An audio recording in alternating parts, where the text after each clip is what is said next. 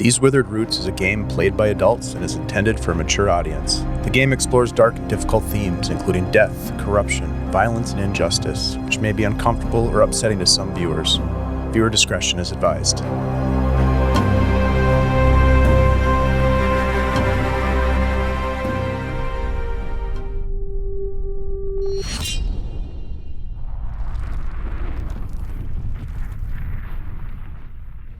In an age of broken crowns and failing divinity, the old order rots upon its throne, and the land groans beneath the weight of forgotten oaths. Four strangers drawn together by fate's cruel hand, bound together amidst the twilight of Nyssathra's dying order. Their destiny aligned with a dying king's greatest regret, that he had not done more with his station to protect the realm against an unchecked darkness spreading in the absence of the gods' protection. Thus did the last monarch of Har lay bare his final charge, not a plea for crown or country, but a desperate stand against the unraveling of all things. Sir Chevron Alistair, a loyal kingsman with a proven honor and will, knighted to lead the quest. Ziva Daril, priest of Morvenir, tasked by the Veil Warden to make witness so that law might endure. Florence Abernathy, a conjurer and practitioner of the old ways who came to the king in a vision under a mistaken identity. And Huon, a scoundrel iron-bound for the murder of a wretched nobleman, spared of the noose for capabilities and talents the king knew would be needed. And so it came to pass that the king summoned these four, knight, priest, witch, and thief, to his chambers, to reveal the quest and implore their aid, not to further the interests of his house or his line, but to defend Nyssathra herself. He named the sinister darkness spreading across the land, a ravenous, creeping blight that the people had come to call Shadowdark. From the corner of the kingdom came the same grim tidings. The Midnight Grove, deep within the dark wood forest, the Nephlon crater, the site of a historic battle during the Great War, Talloweep March, a desolate wasteland filled with berserkers and wild men howling beneath a dead sky. The quest so invoked to uncover the nature of the Shadowdark. Possibly most important, its presence in the mines of Glavoon near a small town of Brune Mill. The party tasked to determine if this Shadowdark could be destroyed, and if it could, destroy it. If not, discover its source, its purpose, and its ties to the failing world. The path was theirs to choose, but fate had already drawn the road in blood and ash. At dawn, they would ride to defend the realm, or fall nameless upon its soil. To their appointed bedchambers they retired, each alone to their thoughts, their fears, and the weight of what was to come. But fate, ever impatient, did not wait for dawn. Now, in the dead of night, three of you are torn from your slumber. Chevron, Huon, Florence, there is something outside your door. My friends, I would like you to please roll initiative. Now recall that in the Owlbear Rodeo, you are able to click upon the initiative tracker, which are the two swords that are crossed, and you can add in your initiative to the tracker itself. Sorry, can you remind me, is it a D20? It's a D20 plus your dexterity. Okay.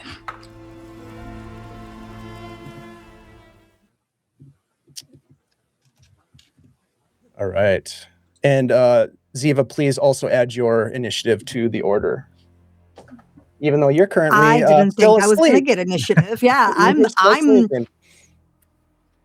I'm getting great sleep. You dream on your initiative. Yeah. That would be a 1. All A right. 9. Let me. Yeah, go ahead and add it in there when Since you I've can. got a negative dex modifier. Whoa, Huon, you rolled a pretty Rolled a high. 19. Yeah, you did. That's amazing. He was rolling like a rogue. Yeah, he is. It's fitting that I have the lowest initiative. I feel like that seems correct. Yeah, that makes proper. a lot of sense. Makes a lot of sense. The three of you who are awake, as you kind of come to, your heart pounding as if instinctively knowing something isn't right, you hear the pitter-patter of rapid footsteps running down the down the hall outside your doors. You hear the clatter, though so muted, of armor. You hear a grunt, perhaps a gasp. At the top of the order, Huon, what would you like to do with this knowledge? How far away was that last? It sounded like it was essentially right outside your door. Did I hear armor? Did I hear? You did. You heard the clamor of armor, although it was muted and then silenced. Okay. I would imagine Huon sleeps with one eye open, probably has for many years, and this might be the first time. I don't know if he would have slept in his armor in this place, but this might have been the first time that he hasn't slept in his armor. So Huon is going to start getting himself ready for combat, donning his armor and getting his weapon ready, and I'm going to keep listening at the door. If the door isn't, I'm imagining I lock the door before going to bed. Likely, yeah. Yeah. You do have like a candle inside your room by the bed table. If you wanted to, you could light it, but you certainly don't need to. It is very dark inside your room. Yeah. In fact, That's good. You probably are having a hard time seeing, but you instinctively kind of know the dimensions of the room and where the door is. Yes, Huon would have the window open so to get that ambient moonlight, starlight, whatever, and just use his night vision, as far as human night vision goes, to put on his armor as quietly as he can, and keep listening at the door. Is there light outside in the hallway? There's a little bit of light coming in from the cracks around the door. Okay, so then I'll keep an eye on the underside of the door, see if there's any feet or shadows crossing that as I get ready. Give me a dexterity check. We'll call this a hard check, so 15 is your target. Basically, it is to get your things together in the darkness. Sure. After being woken in the middle of the night. Sure. All right. It's a 13 on the die, so plus 3, 16. Okay. So you and what kind of armor do you wear? You have like leather armor. Leather. Yep. So something that you've done probably many times. You slide into your leather armor. Okay. And then let's go next to I'm sorry, who was next in the order? I lost the initiative. Me. Chevron, Chevron. Okay, I'm gonna do. It did go away. Yeah, I'm gonna fix that right now. All right, Chevron, what would you like to do? I am, without hesitation and with Morningstar in hand and my my bed dress upon myself as my only cover, am running out into the hallway. Okay, so you bust open the door. Let me go ahead and open that for you. The door opens, and you see the hallway as you step outside. Probably using all of your movement for the round, I would say. You can see that there is a guard. Oh, let me bring up the map so people can see what's going on here. Yeah, I see the guard there. And guard, what is going on? You can see he is pale. He is frightened, and he just points down and he says, "There!" And he starts running in that direction. And you look down the hall and you can see that there is a guard on the ground right here in a pool of blood. And then there is another guard standing here, and he is like, he's like kind of like choking. There's something on him. It's hard to see what it is. But there's like a shadow kind of swirling over his head. Yes, you still have an action. You've only used your movement. So if you'd like to do something, you certainly can do something. I will just shout the alarm. Rise, companions! We're under attack of an unknown sort.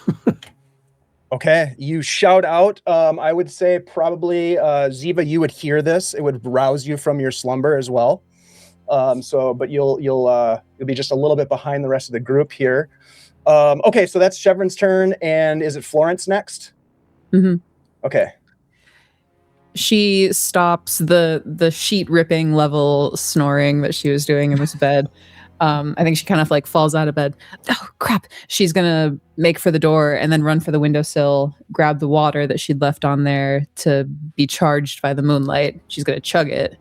Then she's gonna grab the wooden walking stick that she came here with and fly out the door to see what's going on. Okay. Is that a figure of speech or is it? I fly out to my broom. I would say you probably are able to get to the door and maybe another 5 feet if you want to move out into the hall. As you crack the door where you're at here, it's very difficult to see anything except for the hall. So here's your door right here. And you can't really see your token, but there you are right there, kind of poking your head out. Yep. She would poke her head in the direction that Chevron is looking. You can see Chevron down the hall to the left, a very terrified looking guard standing near him. And then down the other direction, as you kind of instinctively turn to look the other way, you always look both ways before you cross the hallway. You can see that there is a pile of guard laying on the ground and another guard who seems to be like struggling against some sort of, I don't know, something, a darkness that's sort of like obscuring any sort of like view of his head. Okay. And he's almost like he's choking. Let's go to, well, actually, you have an action if you want. You just use your movement at this point, Florence.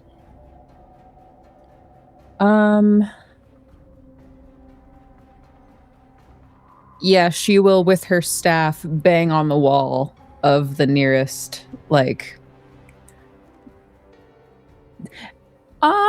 Actually, never mind. She does step out. And without thinking about it, she just yells, "Hey!" Okay.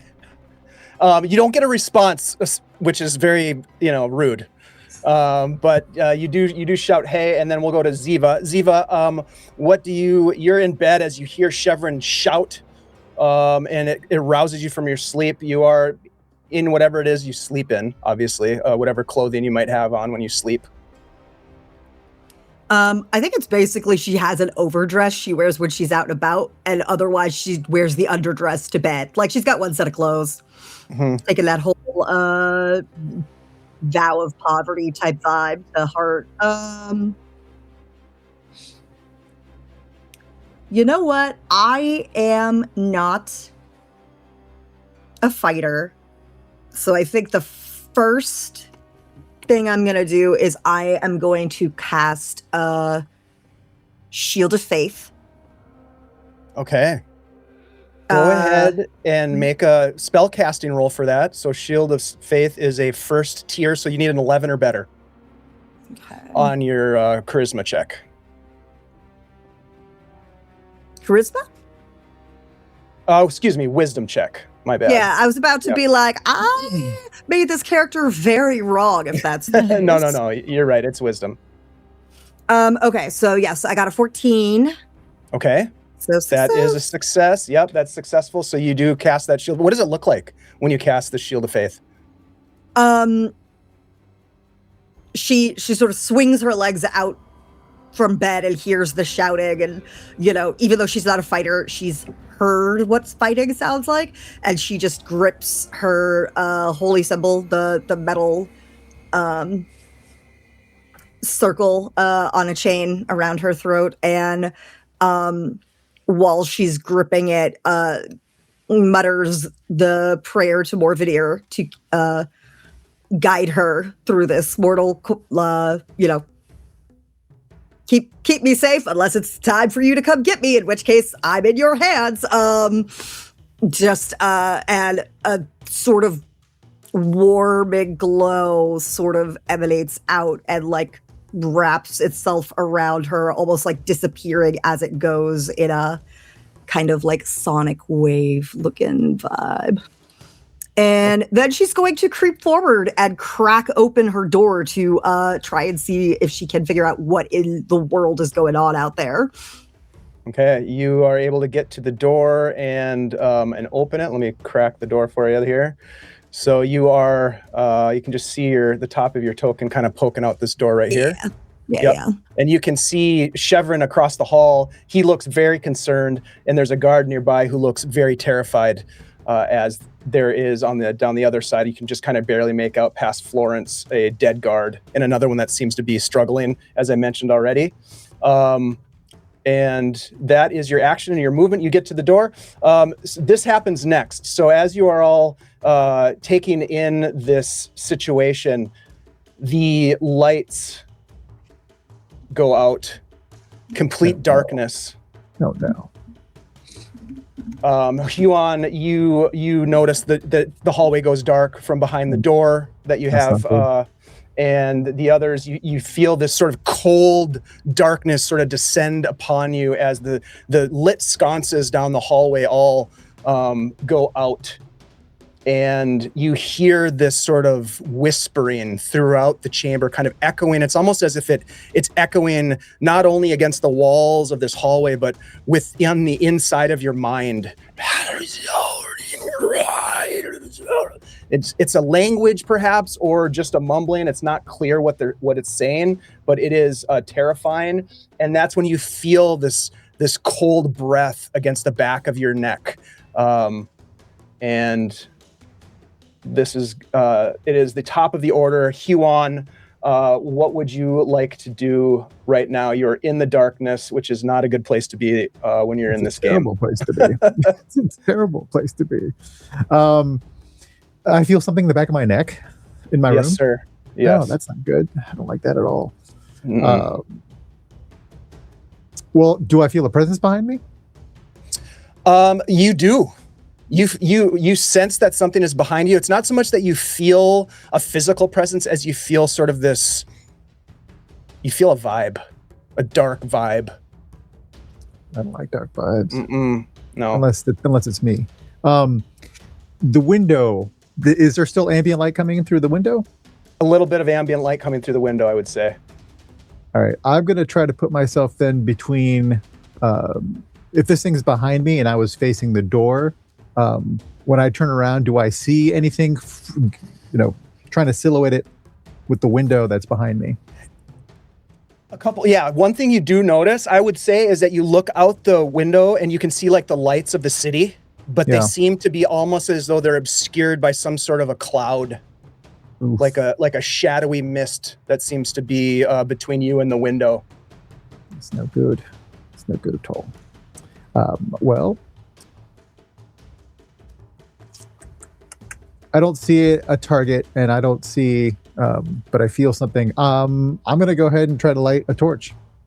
Okay. You have a torch in your inventory, I assume. Go ahead and give me a. This is going to be with disadvantage because you're doing this in the heat of a fearful moment and in the dark as well. It'll be a normal check, so 12 dexterity with disadvantage. Yep, 12 is your target. Got it. Nope, that is a 20 and a 2, so no. Okay, you go through your stuff and you pull out your flint and steel and a torch, and you're just like cracking, trying to get the spark, and you just can't quite get it. Then you say "son of a bitch," and we'll go to Chevron. Chevron, you're in the hallway. You hear the guard next to you go, "Holy shit! Oh my god! What do we do?" Relight those sconces. Do I sense any of that? Yes, cold breath on the back of your neck, just an uneasy sense of an entity next to you. I'm going to whip around and do an upthrust with the Morning Star. Ooh, okay. Two-handed. Yeah, go ahead and give me an attack with disadvantage. Disadvantage? I'm Chevron. Wow, that disadvantage is working. Can I use my luck token to reroll my failure on a 3? You can reroll one more die, sure. I'm going to do it. Aha! That's like 24. You got rid of the 3, but it's still with the disadvantage, so you still would take the lower so it's of the 2 rolls. Oh, so it's just a full reroll. So I rolled a 3 on the other die. Oh, shit. Okay, well, you instinctively swing towards whatever you think might be there, and you swing wide, and you hear a... not that you hit something, but you hear the sound of the guard go down next to you. All right. Well, that is all I can do. Well, I guess I could move, but I don't know where to go. I'm going to move towards the guard, just a step or two. I assume that's about how close that they were already. He's about 10 feet from you, and you kind of know where he was, and I'll move your token because you can't see your token right now. Yeah. But you pass through this very cold, almost gives you chills as you pass through, and you can hear the guard like breathing heavy from down by your feet. All right, so moving across the cold stone to my bare feet, I will try to find the guard in the darkness as I move forward, following the sound of his struggle. All right, you will find him, and when we come back, you'll be able to do something about it if you'd like. Okay. All right. And we'll go next to Florence. Florence, what are you doing as the lights go out? You feel this presence sort of next to you. It is dark. Is it familiar? Give me an intelligence check. This is going to be a very difficult check for you. So 18 is going to be the target. Yeah, it's only a 6 on the die. Okay. Really hard to tell. You've definitely felt uneasy like this before, like, or similar sort of sensations of dread, perhaps. But this is something entirely different. Okay. They hired me for this. It's fine. It's fine.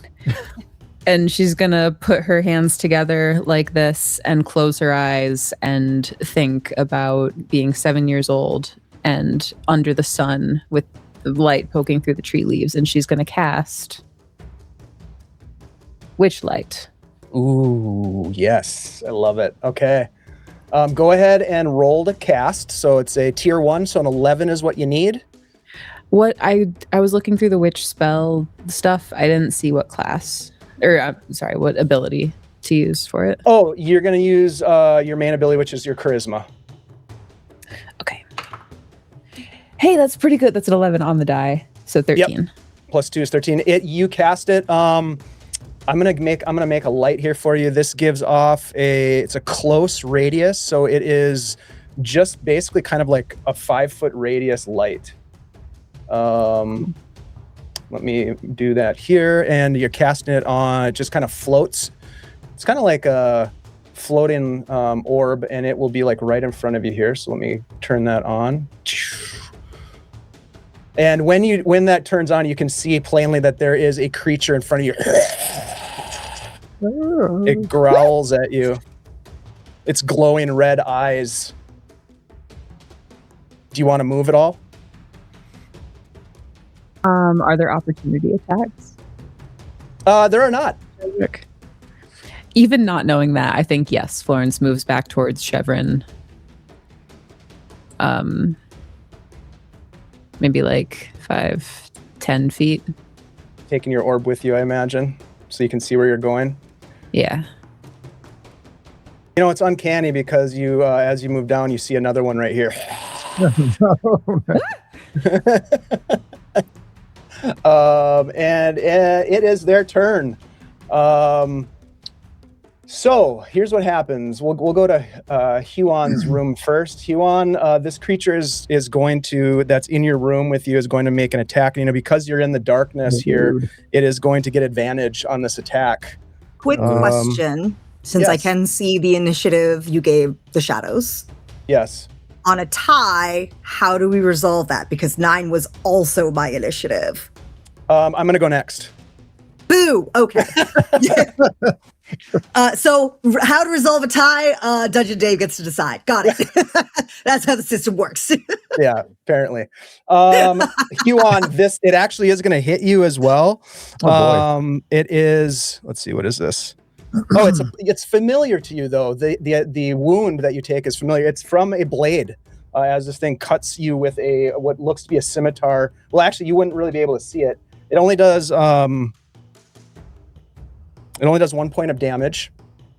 Okay. And that is its turn. Out in the hall, that guy with the shadowy creature around his head is not doing well. And he is going to, he is not looking great. So that's happening. Florence, there's 2 of them now that have sort of come up upon you. The first one Try it. Is a 13 to hit you, I think. Yeah. Does that hit you? Yeah. Yeah. Okay. So that's going to be 2 points of damage. The other one is going to hit you for 1 point of damage. Ow. And Chevron, there's one on you that is going to try to stab you with a blade, and you don't see it coming, and that is only a 16, Chevron. Does that hit you with no armor on? Or do you have your armor on? Yeah. No, I do not. Okay. I have my pajamas on. 2 points of damage, and then Ziva, you crack the door open, and one of them comes towards you as well, and that is going to hit you with a 17 for 3 points of damage. You guys need to, I would say the light is going to be really key here for you guys to get some light up, because in the darkness, in this Shadowdark, which is almost like I would say it's a magical darkness. It's hard to see anything aside from what your light gives off. And it's almost like the light is being oppressed by the darkness, trying to kind of snuff it out. And the light is trying to struggle to push back the darkness. It's not a natural darkness by any stretch of the imagination. All right, so now it is Ziva, it's your turn. I think we're gonna turn undead in this bitch. Let's just. I'm gonna make an educated guess that the weird, creepy, red-eyed creatures that I was now able to see in Florence's little bit of light are undead. Okay. I'm gonna try and do something about that. So, which one? We'll try this one now. Okay. An 11 is what you're going for on this one.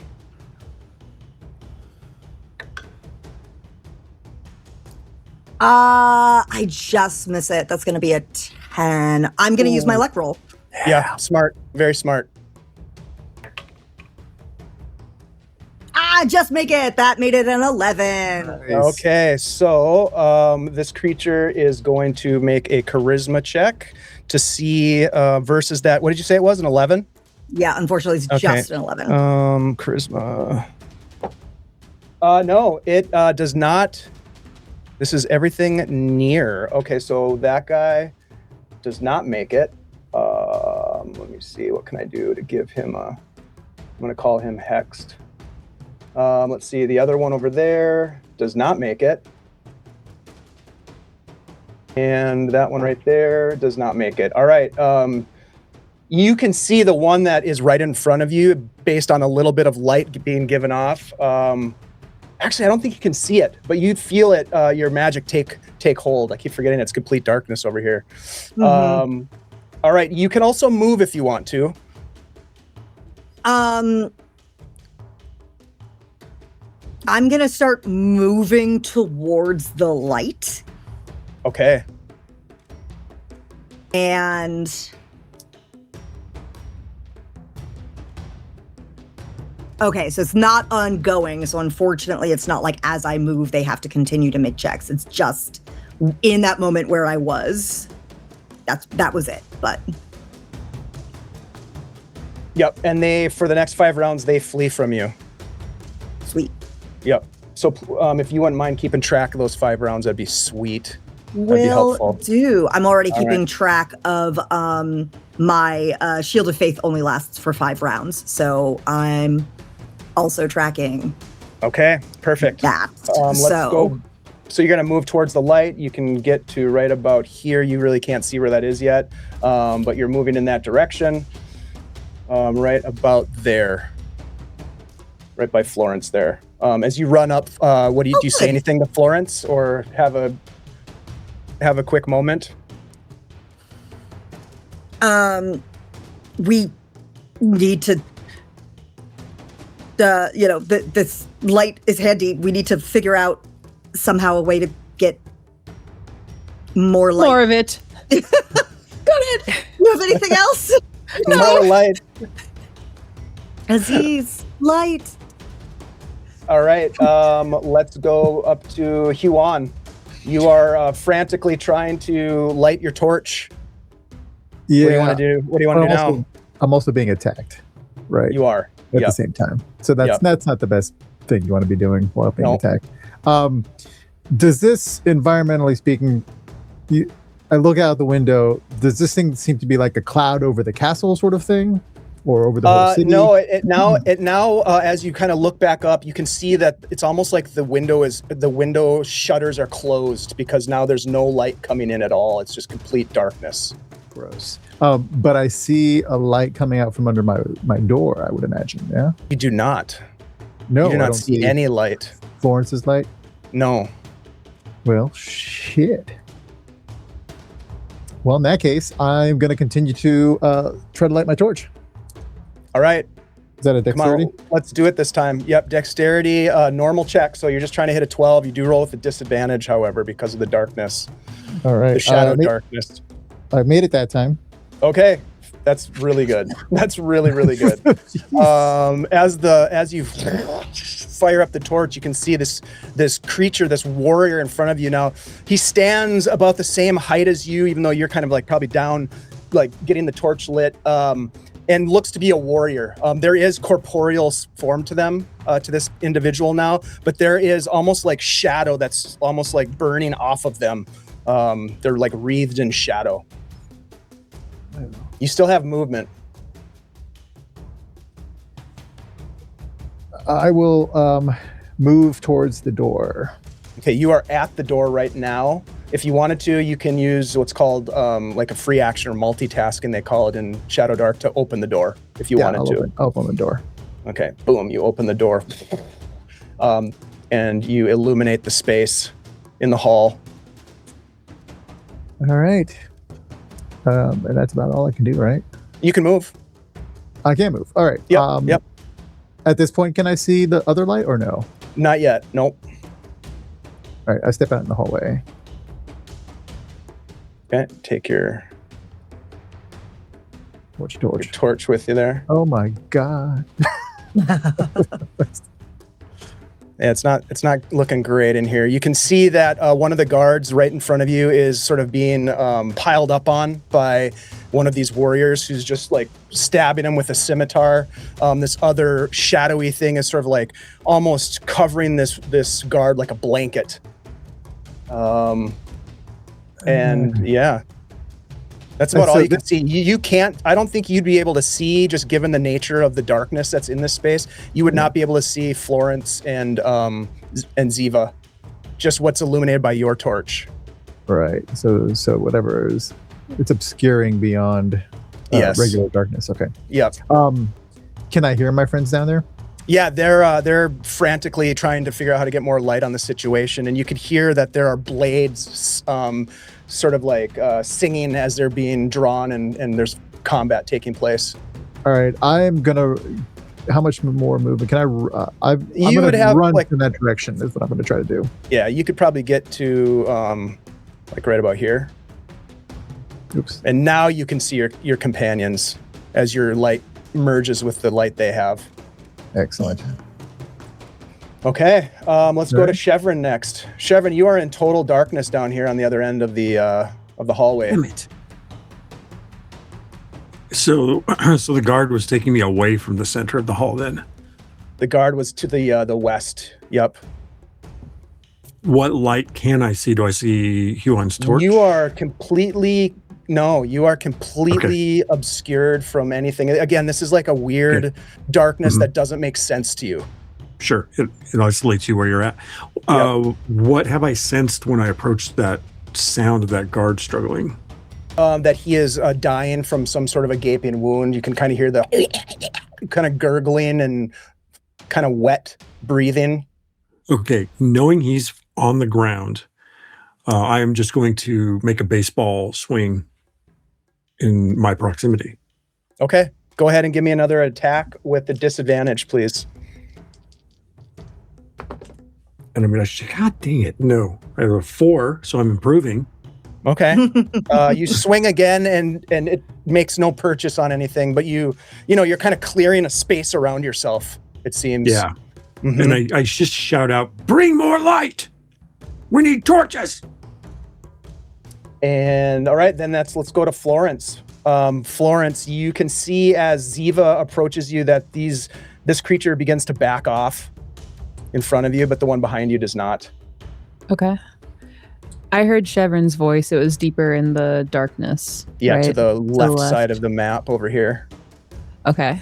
She's just gonna like flash eyes at Ziva,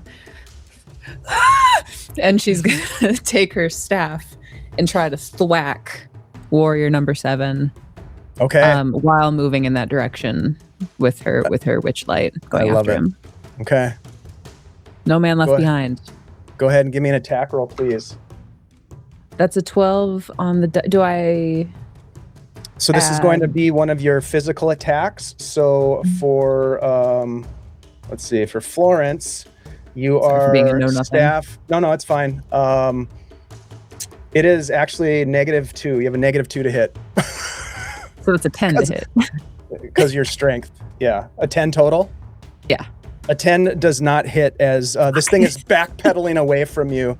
How far do you want to move? Until I see Chevron. Okay. so She's you can gonna go probably- straight. Yeah, you can probably get right about here. She just goes in a fine. straight line until she like catches a sight of him. Yeah, you can just barely make him out. There's another one of these creatures just to the north of you, and he is on the west side of your light right here. This cute little orb of light that you're carrying around with you. Yeah. You know, actually, I want to. Can I reflavor that? Tea light Sure. begins to glow on her shoulder. It's tea Okay. light. Nice. The I light love is it. the frog. The light is the frog. Okay, Yeah. sweet. So it's kind of on you there. When that Actually, light think arrives, that do I can see it? Yes. Once it illuminates you, you can see it. Like this little pinpoint that just goes. Boom. Yeah. Oh. The lines of her face look crazy in this. Just super severe. Every line on the face is just like. All right. So that is Florence's turn. Ziva, go ahead. What would you like to do? Sweet. I would like to try to get to Chevron, assuming he is close enough, assuming there's nothing in my way, which I can't know for sure. But would I be able to sort of get within close range of Chevron? If you start running down the hallway after Florence, maybe. I mean, from a metagaming perspective, you'll be able to get close to him. Yes. Cool. Then I'm just gonna take off following Florence. Yep. And all this is kind of happening at the same time too. We just use turn order to approximate it. So yeah. Sure. Florence takes off running, and you move with her. And tea light, and find yourself surrounded by darkness again, leaving the light of Huon's torch. But now you can see Chevron here, just off to the side of this this little pocket of light, surrounded by the darkest darkness that you've ever experienced. And now what I would like to do is, so he like just finished swinging that baseball swing, and so like his sword is sort of almost like back, maybe not quite over his shoulder, but just sort of like pointed back. Ziva is actually going to reach out and touch the blade, and she's going to try to cast a cleansing weapon. Hell yes. Very cool. Tier 2, so 12 is what you're going for. Come on. Damn. No. Oh, shit. That dice is going in jail. Yeah, put that one away. All right, so as you probably know, when a priest fails to cast a spell, you are not able to try casting that one again, unfortunately, until you take a rest of some kind and say some prayers and that sort of thing. It would have been so perfect if that had would have gone been off. amazing. Yeah, you I've wanna never use your actually luck? seen that. I used my luck Sure, you already used in it. order to turn undead. Anybody in the chat want to give her a luck? Yeah, come on, chat. Can I give her my luck? You can give her your luck. And so can the Florence. chat. To you, if you Putting got her- other stuff. Yeah. No, Florence puts her hand out on Ziva's shoulder, kind of next to her. Sweet. Let's do it. Come on. Were any of these dice better? I think this one rolled higher. Yes. All right. Okay, so that's going to be a 20. So That'll do it. Yeah. So what that does is one weapon you touch is wreathed in purifying flames. It Sweet. deals an additional 1d4 damage or 1d6 damage for undead for the duration. And that's going to be another 5-round spell. Bitchin'. You got that, Ty? Yeah. Okay.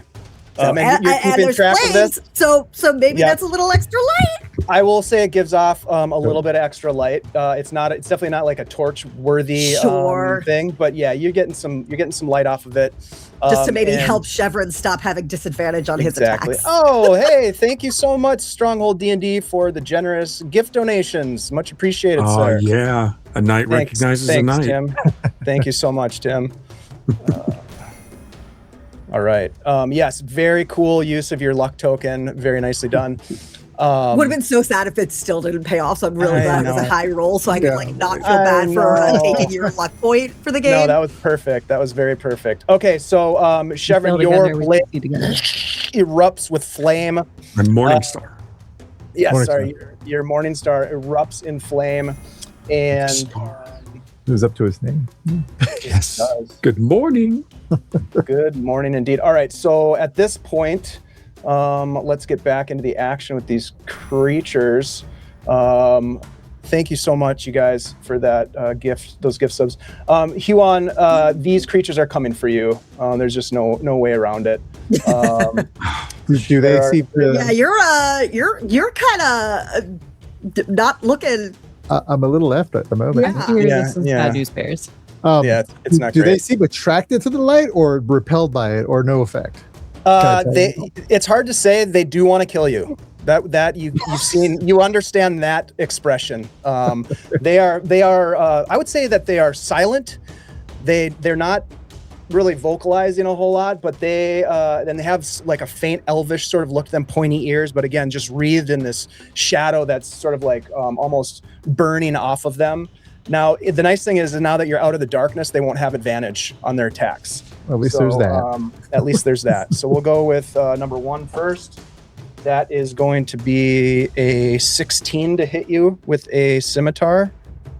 We'll hit. Okay, so that's going to be 1 point of damage. Warrior number 5, that's going to miss with a 6. I'm going to get rid of that die. And then warrior number 6, that is going to be a 15. He's shooting for a 14. Okay, and I rolled max damage, so 6 points of damage as you Oof. take a massive blade to the gut, just inside of your armor, and you then watch as these other warriors give chase. One of them is backing off, so the ones that you successfully turn, Ziva, are running away from you. Mm-hmm. As Good, you good. move into the space, so they kind of disappear for the moment, and we're tracking the timer on that. So I think it's at 5. It's at 4 now. Mhm. I think. Okay. And then this guy is chasing after you. And let's go 1 through 3. It's going to be after Florence. 4, 5, 6. It'll be Ziva. That's 4 Ziva. That's a 19 on the die. That's going to hit you for 4 points of damage as you run. It runs with you and slices at you from behind. And then So sorry, how much damage? 4? 4 points. Did I say 4? Yeah, I think I said 4 points. There's 2 dice laying next to each other. I'm going to go with the lower of the 2. It's 4. And then Huon, I will say this. You see one of these individuals who looks different than the rest of them run past all of this commotion and towards the stairwell off to the east and disappears in the stairwell. You hear in the stairwell the footfalls of armored boots on stone stairs, and then some combat going on in the stairwell itself, and a lot of like, oh shit, that kind of thing. And that is their turn. Huon, it is your turn. You're surrounded. I'm like to do? gonna get the hell out of there. Mhm. This is not the type of fight Huon is used to. He's used to killing people one-on-one or when they're not aware. So he's going to flee towards the voices of his companions, full max movement. That's what I'm gonna do. Yeah, and you can, if you want to forego an action, you can move a second time as well. If you We need got to. hits too, dude. Oh, sweet. Thank you so much. I did not see that. Thank you very much, Fosco. One luck point for each PC. Thank you so much. Sweet. Thank you. That is Thank super you. generous and very much needed. So I would say, Huon, How far can I move? you can get about right here with your movement. Whoops. Yep, there you go. Right about there, and you can see your companions now with the torchlight. You can see just to the north of your position this creature, the Shadow Warrior, sort of like cowering up against the wall Right. here. And the three behind you are like probably giving chase as all this is kind of happening at the same time. You see one of them is just putting a blade into Ziva's back here. Yeah, that's basically what you see. So you do have an action right now. Okay, I will. I'd like to unleash Beulah on Shadow Warrior number 2. Okay, yeah, let's give it an attack. He doesn't know I'm there, does he? He would not know you're there. Sweet. So yeah, roll with advantage. Yes, that is a 17 to hit. It will hit. Sweet. And your backstab damage. Yeah. So that's a. Thank you guys so much for the generous bits for these guys. They're definitely going to need this. That's 15 total. 15 damage. 15 damage total. Yep. You slice through this thing. Describe for me how you kill Shadow Warrior number 2. It's just as I'm running, I just sort of see Shadow Warrior number 2 stabbing Ziva in the back, and I'm going to return the favor by just flinging the pointed end of Beulah straight into its head. And this is your razor chain weapon that you swing, right? So as it comes to this creature and slices across the back of its head, it sort of like stops, its posture goes rigid, and then it completely dissipates into shadow and disappears as if it was never there. The shadows just dissipate. So it dissipates, and therefore I'm revealed, right? Because that was blocking their view of me. You are there now, yes. Yeah, and I say, plus your torch. yeah. And I say, there's more behind me. Run. Okay, that was awesome. Let's go to Chevron next. That was that whole like gaping wound in my side. Oh yeah. Yeah. So the shadow, I could sense the shadow figures, I think, moving past me as Ziva approached. Yes. And realizing that they're fleeing, but I see that there's the one by Huon over there. Not standing on ceremony, I'm going to rush past Florence and charge in on that shadow that's standing there. Okay. And attack it. Okay, go ahead and make an attack roll. That's a dirty 20. That hits. For 12 points if it's undead with the flaming blade or flaming effect that I have on it. It is undead, yeah. So when you hit it, tell me how you kill this thing. Oh, I just rush in and like lumberjack chop it with the Morning Star, and with those spikes sticking out of the round head of the weapon, and knowing that this is a storied weapon from the progenitor of my king, with pride, I just hammer into it with the spikes and embed them into its head. Yeah, and as you do, you feel it hit the head and embed itself, but then you feel it just give way, and as your follow through just kind of like hits the wall behind it, the stone wall, and this thing again dissipates into shadow. I looked at you and say, there's no fleeing to be done in this hall. Huon rolls his eyes hard. Awesome. All right, let's go next to Florence. Okay. Can I get to Shadow Warrior 1 Yes. and have time to attack still? Like you're gonna run up to him? Yeah. I think so. Let me just double check. It's about 30 feet. Yeah, you can get. It's just you won't be able to get right next to him, so you might want to try something ranged potentially. Okay. Yeah, I'm gonna run up at least this far to Huon. Okay. She keeps a dagger strapped to her thigh. She's that kind of lady. She puts Hell her yeah. hand on his shoulder really quick as she like grabs it.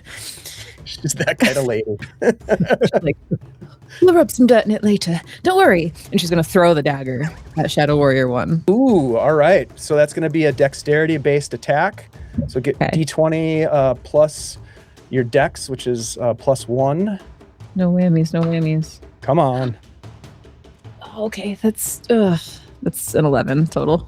Ooh, you throw the dagger and it hits the stone wall and just clatters to the ground as you miss, unfortunately. Bummer. Yep. But Huan is standing right next to you with a torch and a smile, maybe, Grimace smile.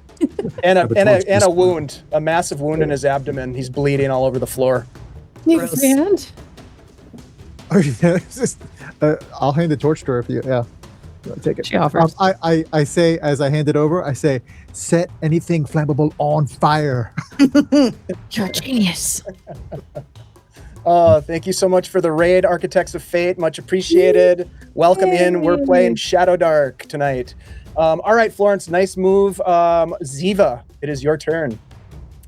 I mean, I'm watching Huan like bleed onto the floor. I'm gonna run up to him and I'm gonna try to cast Cure Wounds. Yes. Good luck to me. All right, this guy did right by me on the last time. We're gonna keep with this die. And it shall do right again. Awesome. So that's gonna be a dirty 20. Okay, that is successfully cast Cure Wounds. You're going to roll 2d6 on this because you're 3rd level. Also, once you do this, describe to us what it looks like when you cast Cure Wounds on a companion like this. So that's gonna be 9 total hit points just to get to the mechanical aspect of it out of the way. And I think what happens is I'm all better. she runs forward and again like one hand on her holy symbol, and she just puts the other hand like against his gaping wound and starts saying her prayers under her breath, and it's like a warmth goes down her arm and then through her other arm, and it's like cauterizing but less angry feeling.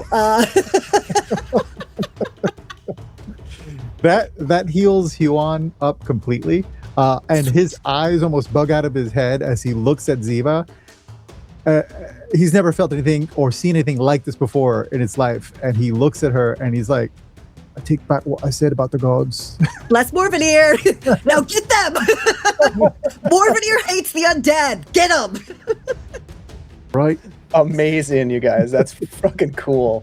All right, so that is Ziva's turn. Epic. These Shadow Warriors are racing in. Let's see. 1 against Florence. That is a 15 to hit Florence. Ouch. For 3 points of damage as it comes in swinging this scimitar. Hits you, Huan. There's going to be 1 against you. That is going to hit with an 18 on the die. For 3 points of damage. And then Ziva, 1 on you. That's going to be 18 total. God dang, this die is hot. 2 points of damage. Yeah, I was like, I cast that Shield of Faith for nothing. Oh, wait, hold on. It's with disadvantage, right? Shield is Shield of Faith? Wait, hold on. What is Shield of Faith? No, Shield of Faith it's just gives +2. me It's a +2 bonus. Yeah. So, Okay. like, it's not like it does a Yeah. ton. I was thinking of protection from evil, which Evil, does yeah. provide that. But the nice thing about Shield of Faith is that you don't have to focus on Maintain it. it. Nah, Yeah, it's just you cast it and then it's just good for 5 rounds. So you picked I like can some run around really doing all this awesome other crap. spells. Yeah, you picked some great spells for your priest. I'm mostly here to boost them and make them do all the hard work. Florence, real quick, before you take that damage, which I don't remember what I said it was, but It was 3. would you prefer that didn't hit you potentially? Oh. What tricksy things are happening? Tricky questions. It's just simple yes or no answer to the question. The answer is obvious. Oh, right. A simple yes or no question. Any context for that? Just yes or no? You don't have any context for it yet. Yes. You would She prefer, that it hit me. possibly didn't hit you. Okay. Yep. I'm gonna re-roll. That does not hit you. And as this creature comes towards you with this grimace, silent but swinging, you can almost see in an instant where the arc of the blade is going to go, and you step out of the way as the blade swings down and misses you. And you feel this sort of this loving sensation kind of come over you. That is their turn. More bodies fall in the stairwell and things go silent there. We'll go back to the top of the order. Huon. Shit, I'm learning so much about my companions.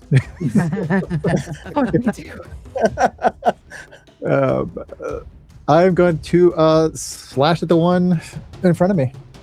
Okay. I wish I had a cleave. Just sort of. All right.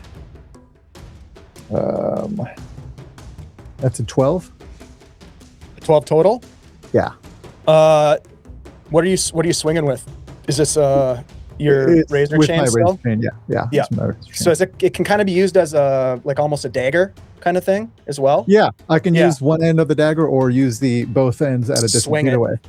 Yeah. I love that. It's such a cool weapon. Okay, yeah. So unfortunately, the shadow warrior in front of you just kind of like swings, arcs its scimitar and just kind of bashes it out of the way, just ching out of the way. Can I use a luck point? One of the luck points? I got two, so Yeah, I'm gonna- you can. I'm gonna go ahead Yeah. and use it. Let's see if we can change the fate here. That. Yes, it's a 17 this time. Okay, that Yay! hits. As it swings to parry your attack, you dip and stab. Oh, I don't think so, Marty. Unfortunately, that's not a sneak attack, so it's only.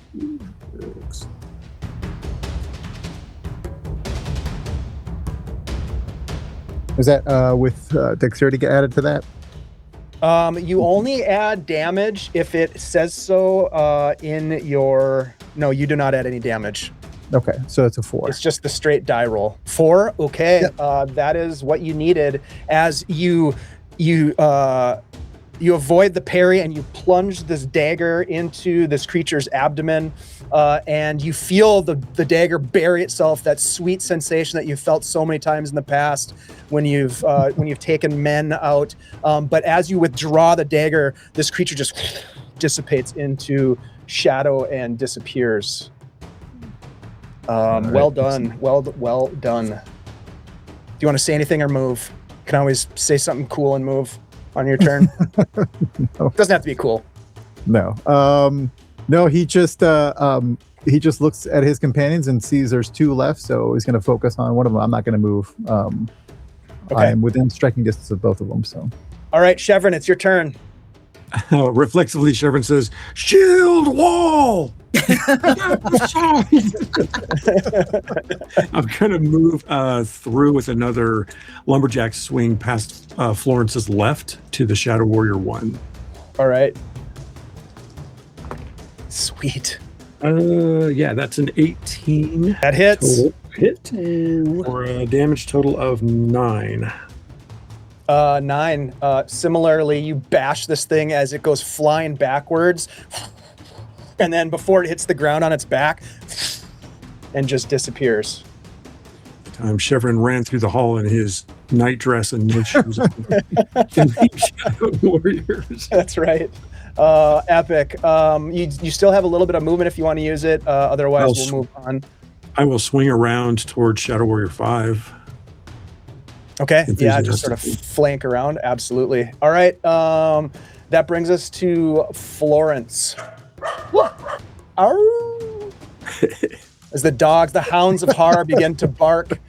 You can hear in this moment the dogs barking in the distance and shouts of the guards shouting to each other throughout the castle. As you can tell that things are happening possibly similarly in other parts of the castle.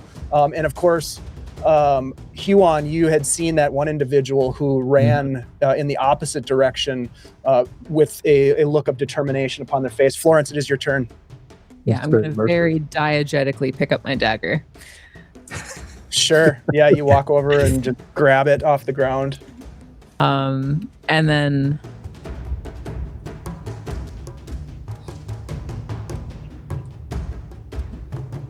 yeah, I mean, I think she's going to come around and try to like stab him with it. All right, let's do it. He's slipping right in front of me like a little badass. Couldn't be me. Excuse me. I'm sneaking behind the wall that is now Huon and Chevron as soon as my turn happens. Y'all can take lead. I'm fine with it. Oh, no, that's only an 8. I'm going to re-roll it with a luck point. Do it. Okay. Stick 'em. And just remember your dagger attacks. Oh, you get a +1 to your dagger attacks. Don't forget. It's a 14 total? If it meets, it beats. Nice. Damn Go ahead it! and roll some damage. All right. Come on. It is going to be 3 D4. points of damage. 3 points of damage. You come in and what does it look like when you come in to stab this creature? She, I think, wraith-like, just like passes between Huon and Chevron with this like silver in her hand, and the shadow that is rolling off of this spectral warrior is also seen in her eyes as she's plunging. She kind of looks like someone, weirdly enough, like someone who's really, really, really intently focused on gardening. It looks like she's cutting weeds and focusing really hard on it. All right, you come in and stab this thing. It doesn't kill it, but you can see as your dagger embeds in its chest, there's like this ripple, almost as if you're stabbing water of shadow that just kind of ripples out. And the creature makes no noise at this point. It is Ziva's turn. Yes. Does it sound like there's more shadow warriors around us? Or is it possible this is the last one as far as we know? You don't see any near you, but as I mentioned, you could hear the hounds of Har beginning to howl. There are guards shouting from other parts of the palace. Okay, so it sounds like we may not be the only attack ongoing at the moment. Correct. All right, so this might go on a little while longer. I'm going to attempt to bless, because Huon is still holding the like blade end of his weapon in his hand. I'm going to like put a hand over his and try to bless his weapon with holy weapon is the actual spell title. Oh. It might melt it. It might melt Beulah.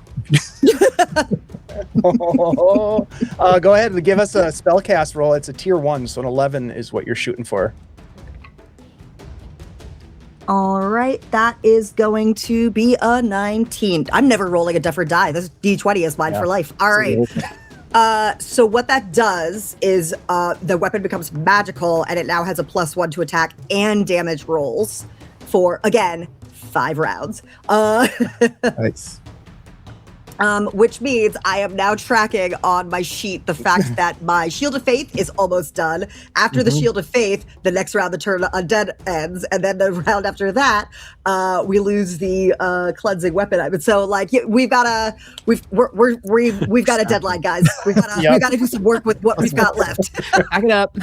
Amazing. If it helps you, Ziva, I'm also tracking the cleansed weapon over here. Okay, good. Turning the lights on.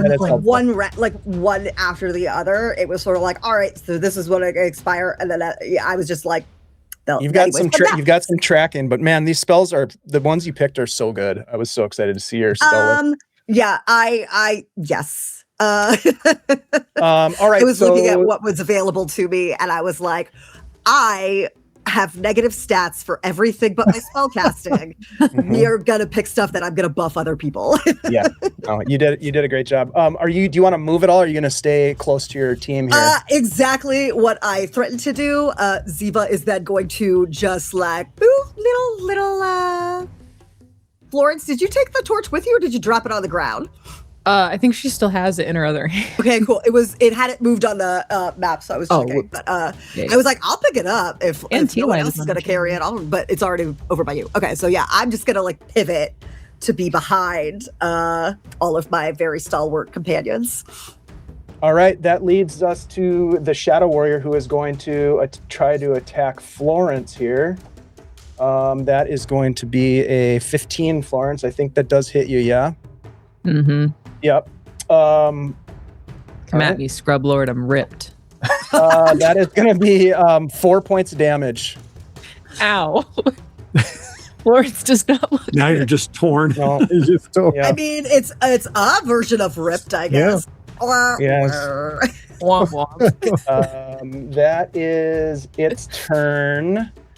Let's go to the top of the order. Huan, there's one, as you can, looking around, you see only this one creature that's hacking at Florence right now. What do you want to do?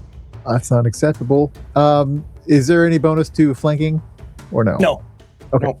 Well, I'm just going to step there for the sake of looking cool. Your weapon does and have a +1 to attack and damage right now. I'm going to stab it. I like that the label on your token says giant rat. Clean accurate. Whose token? Yours. Because I think you didn't update the criminal name that name? Owlbear That's gave funny. you when you joined the Owlbear. It says healing on mine. That's weird. No, it was when it was highlighted. Oh, got like it. who's moving it? Got it. You are giant rats. Excellent. All right. That is a 20 to hit. That this hits. And go ahead and roll damage All right. and add +1 to it. Yeah, don't Yes. forget that +1.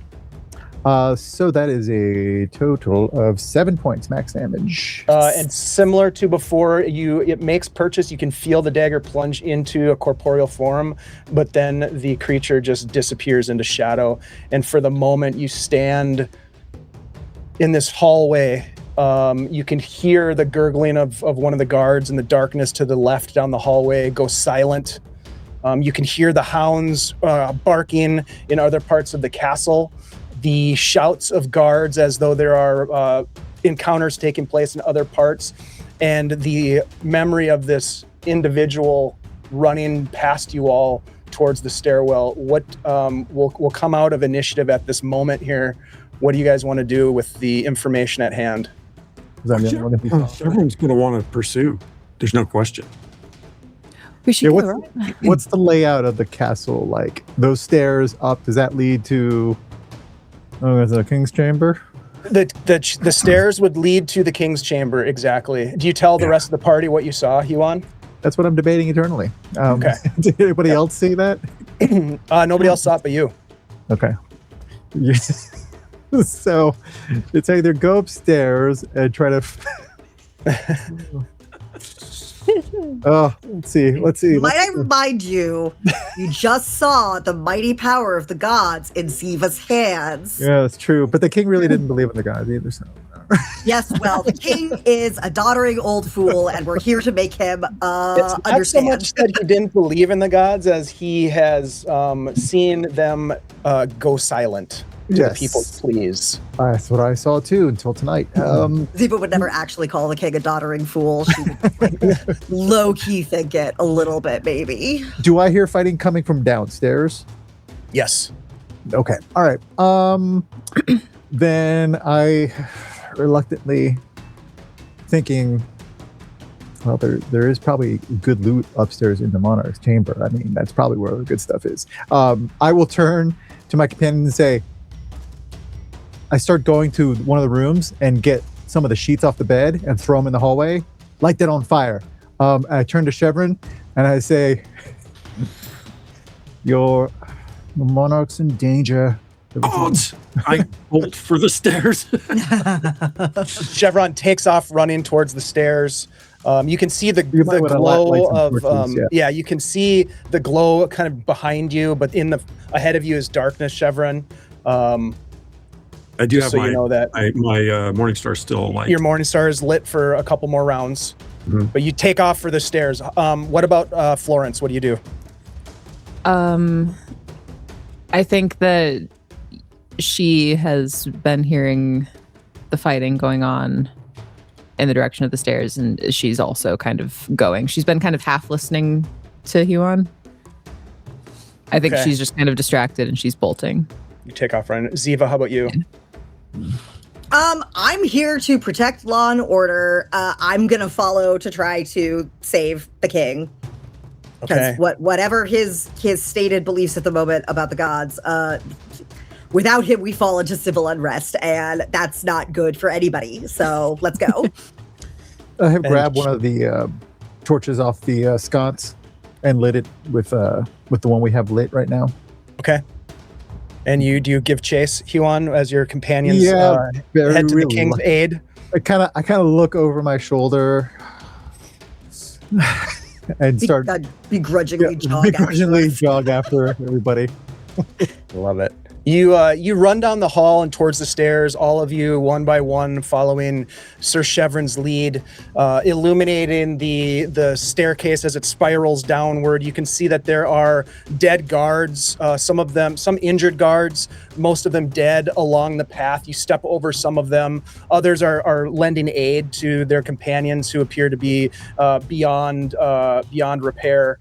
And you race down the stairway, some of you in bare feet. Some of you had taken time to put your armor on, but for the rest of you, just roused from sleep as you give chase down. You can hear the clamor of battle taking place, and with knowledge of where the king's bedchamber is, Chevron, you're able to, if you want to, just run and race towards that, or you could get involved with, like, there's fights going on with these shadow warriors in the hall as you're running down the hall towards the king's chamber. I guess my question to you would be, do you want to provide aid to your fellow knightsmen or kingsmen, excuse me, or do you want to race straight for the bedchamber of the king?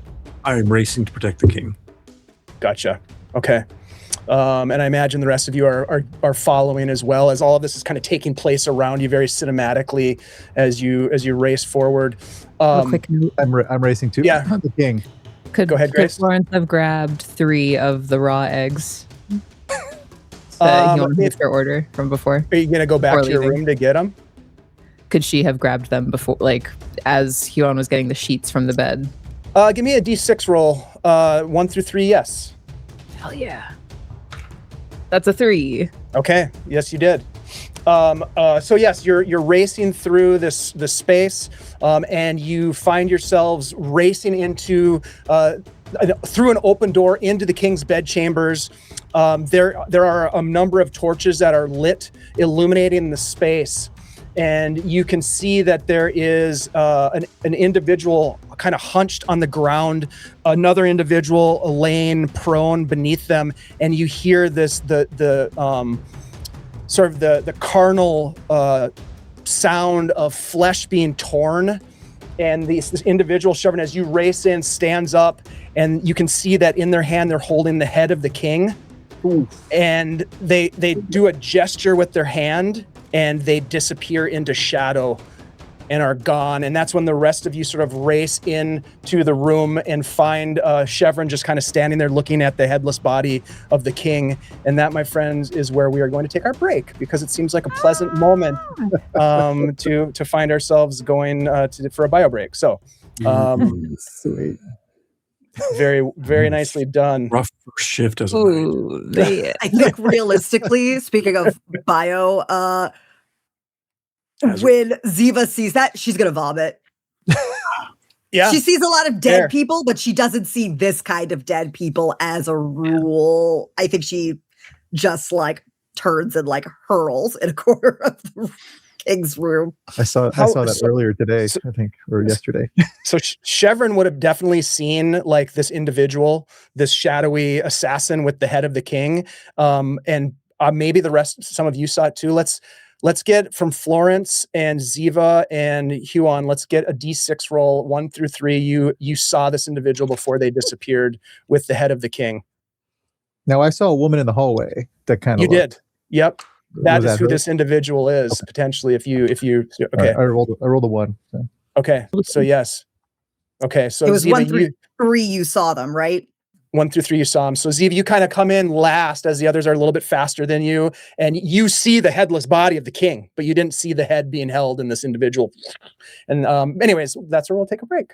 Yeah. We'll be back in just a minute. Thanks everybody for hanging out. Thank you for the generous donations and the bits and the hype train and the donation of follow or of all this stuff. Thank you guys. Very generous. We really appreciate all of that support. And just thanks for being here with us. We appreciate that just as much. And we'll be back in just a couple minutes. Thanks.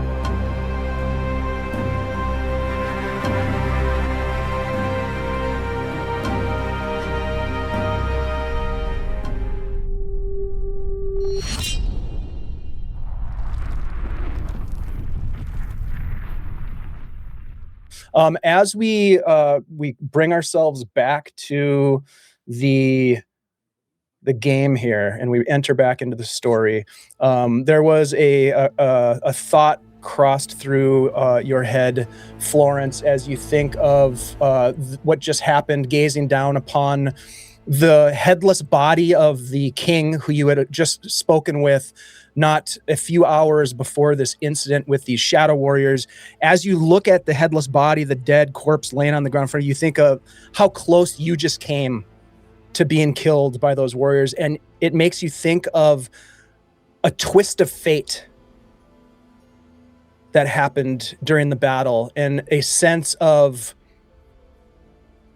the bending of the nature of luck and how you found yourself not being lucky in that moment, but in almost projecting your will to be safe, and it manifested as bad luck for the individual that was trying to attack you. Where that came from or what that means is unclear. With the role that you had, you do know that something happened and it emanated from you somehow, but you're not sure exactly what that is. Florence has actually a pretty solid theory of her own, kind of like gazing down at this body, present and not present. She thinks back to the lunar tea that she drank just before entering this fight, which is just water that was outside under the moon. And she kind of mutters to herself, "Lucky."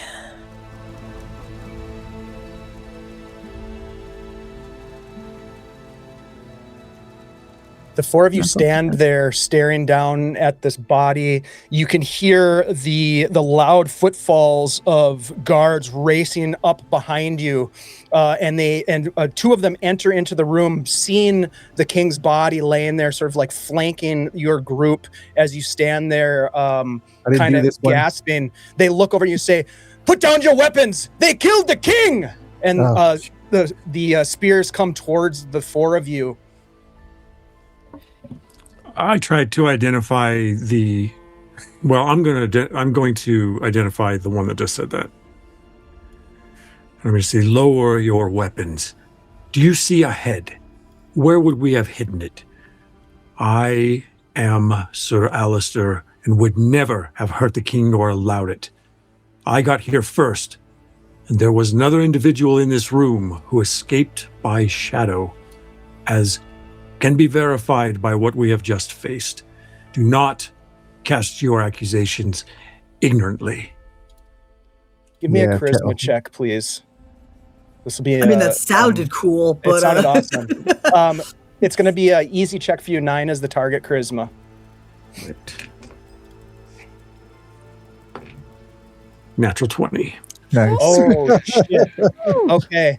The guard looks at you and says, "Sir, I apologize." And he rests the spear back at his side. He says, "It's just the king is dead, and this one was in the dungeons just earlier." I understand.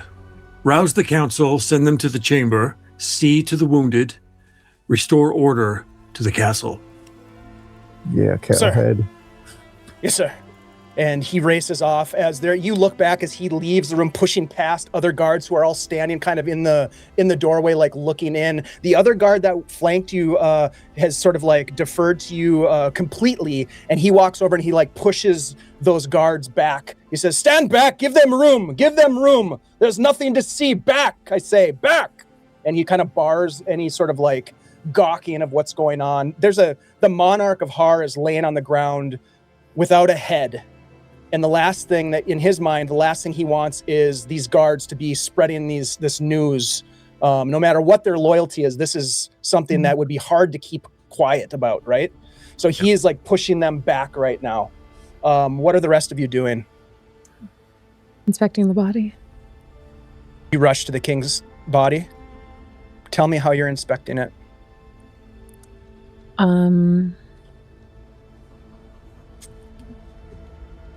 She is like moving clothes out of the way, ripping stuff, like inspecting any like wounds, and she's inspecting the stump where his head was to see like what the flesh is doing. Okay. Well, first of all, as you sort of peel back the garments and start to do your investigation, I want to find out what Ziva is doing at this moment as well, and we'll come back to you. I mean, first instinct is what Ziva would be. I mean, if she is sort of inspecting, Ziva would go around to the other side and like kneel down and start praying over the body now that she's gotten the shock out of her system and is phrase it politely, and would start doing the final prayers, unless this isn't a case of like holding essence in like deposit to avoid. Why don't you go ahead and give me a wisdom check? We'll call it, this is going to be an easy check for you. 9 is your target. Okay.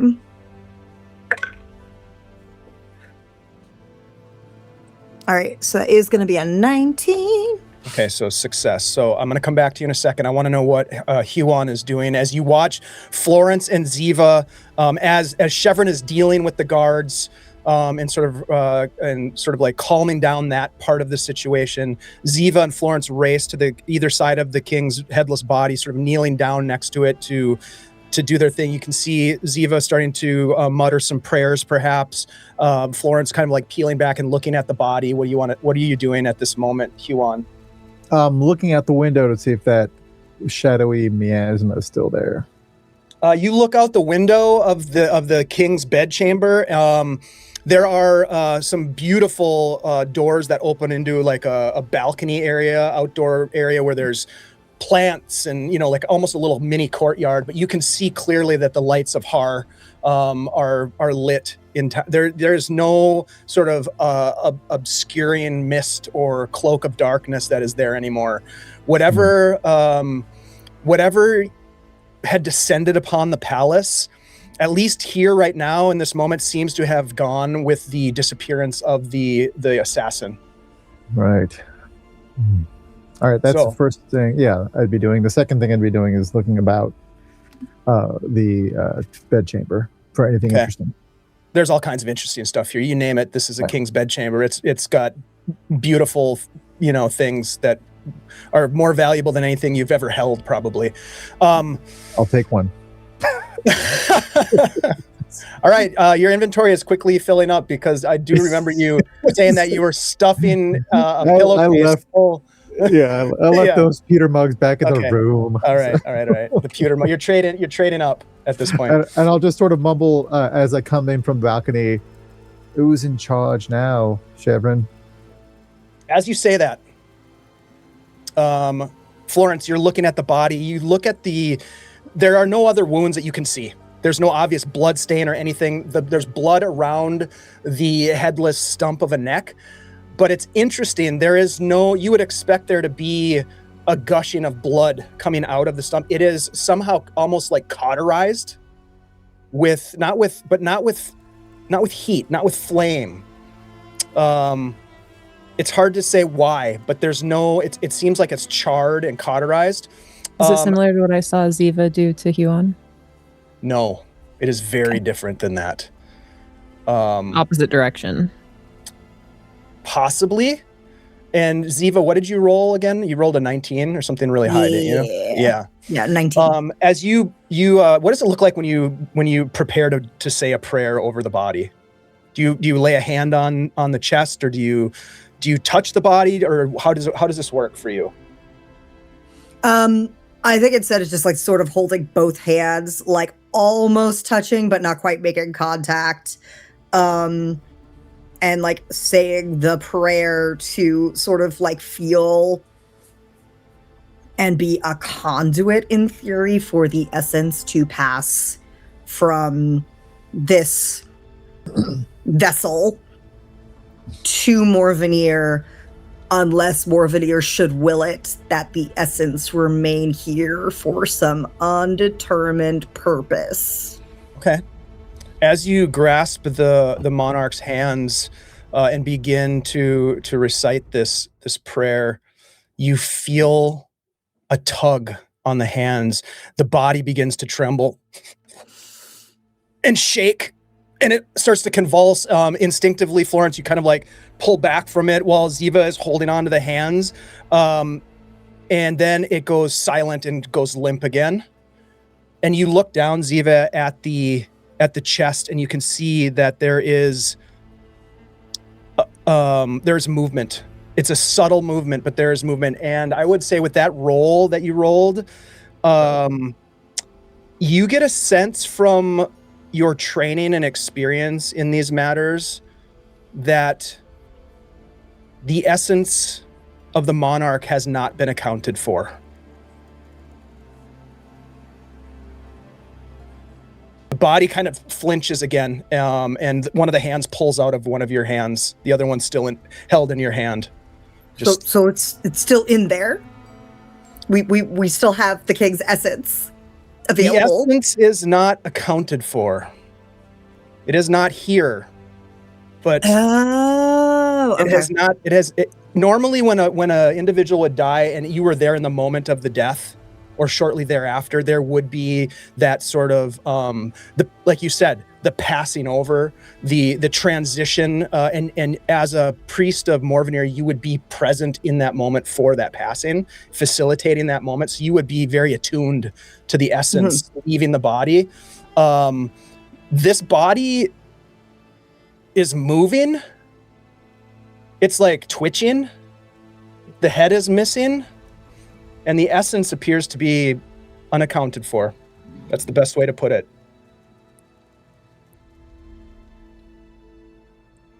Why is that thing moving? Ziva? Don't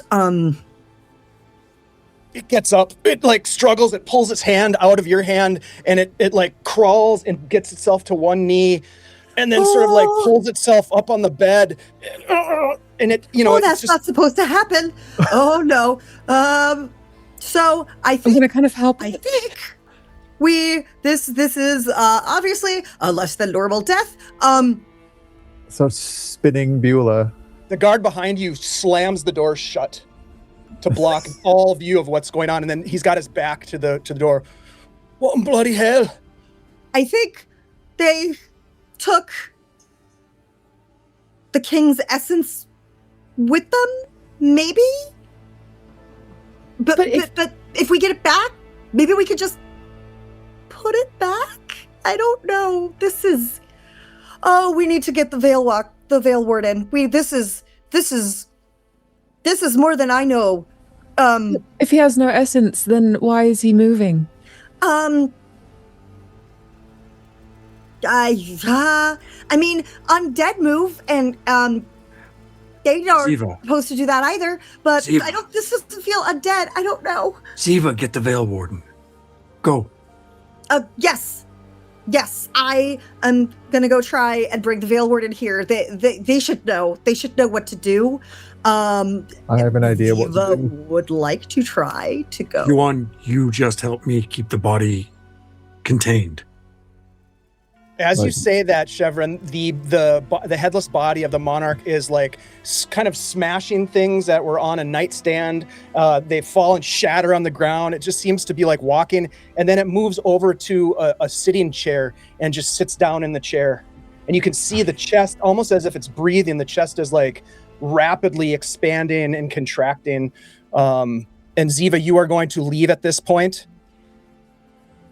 I guess this is above my pay grade. I'm an archivist, man. I'm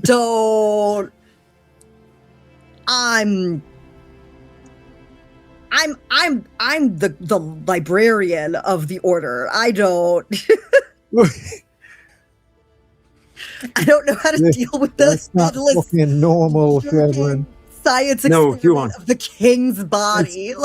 Quickly, let's restrain it. We're gonna... Wait. Just give it a second. If something Guard pops out at of the that door thing- looks and says, "It's still the king. Please, with care." It's not the king. It's My got no lord. head.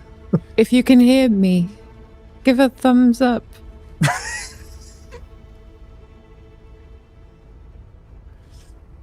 Nothing. Do you remember Hevathrin? It's Hevathrin. You're safe now. Take some bed sheets and use them as tie downs. Yeah. Right, as you're doing that, Ziva, you go to the door. The guard says, "Do you need an escort, ma'am?" Let's take an escort. Yes, whatever the quickest way to get to the Temple of Morvenir to fetch the Veil Warden. He opens the doors to the chamber, and there are 3 guards outside the door that have posted themselves up. And he speaks to 2 of them quickly, and they nod to him. "Yes, sir." And they stand each one on either side of you as you lead them out of the chamber and down the hall and to presumably to the Temple of Morvenir, exiting the castle for the moment. Go ahead. Dave, is this a captain or a sergeant, or who am I working with here in the room? You would probably know based on sort of the regalia that this would be a sergeant of arms. Okay. Yep. Sergeant, a royal guardsman. Sergeant, you're doing excellent work. What is your name? I will commit it to memory. Your Tyven. commendation. Tyven, My name is Tyven, sir. Do what you're doing. Stay watch on the door. Report the details of this to no one.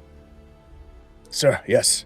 Just stay with us here and don't let anyone in without my say-so. Sir, that's still the king, isn't it? Is it the king? It's uncertain. There's more at work here than we can see at the moment. Where is his head man? I only have a partial idea, I'm afraid. Watch for the Veil Warden and Ziva to return. Of course. Florence. Yes, sir. Have you any advice? Now that we sit here in the chamber and wait. Yes. Only one. It's a good thing I brought these eggs. And she's gonna sit down cross-legged on the floor before the king. Who has any ideas? About what? That's not supposed to happen. You lose your head, you die. No, about where to go from here. If what Ziva was saying is true, I suspect the king's essence may still be in the head, which was taken by this assassin, I presume? Wouldn't any cat's paw I know. Not from around here. I know. I have an idea. I think Ziva must have gotten word from the gods. When Ziva returns, we can find out what the gods said about where we should go from here. And perhaps that is a clue about where to begin. Also, I do apologize for my attire. She looks down at her like night dress, back up at you. Did any of them get dressed? I mean, Dionne did. I've got my full armor on here. Dionne took all the time in the world. What's he got to worry about? I'm a professional. Okay. I think that she is Who wants going to die in their pajamas. I'm going out.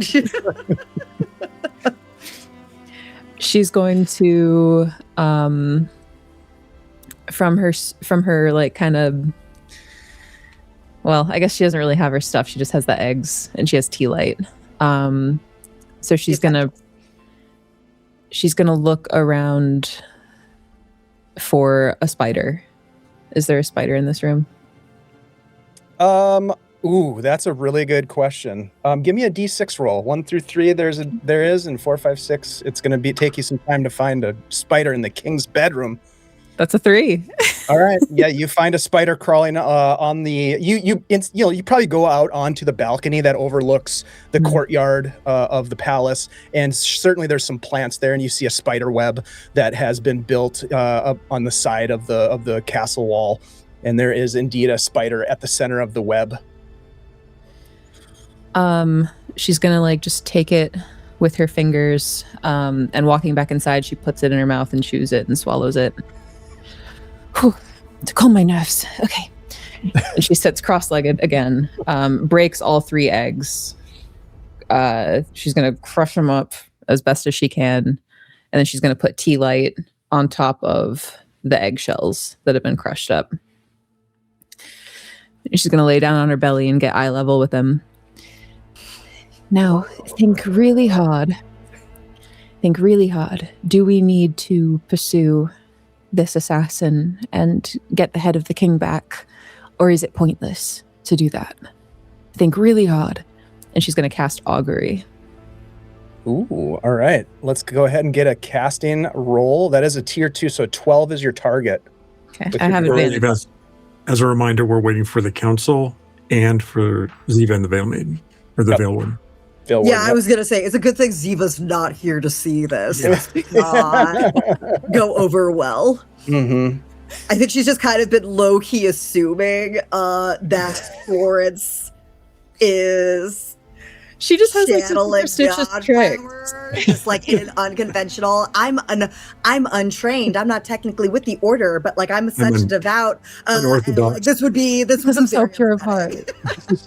Heretical. This would be heretical to. Yeah. Ziva would not be happy.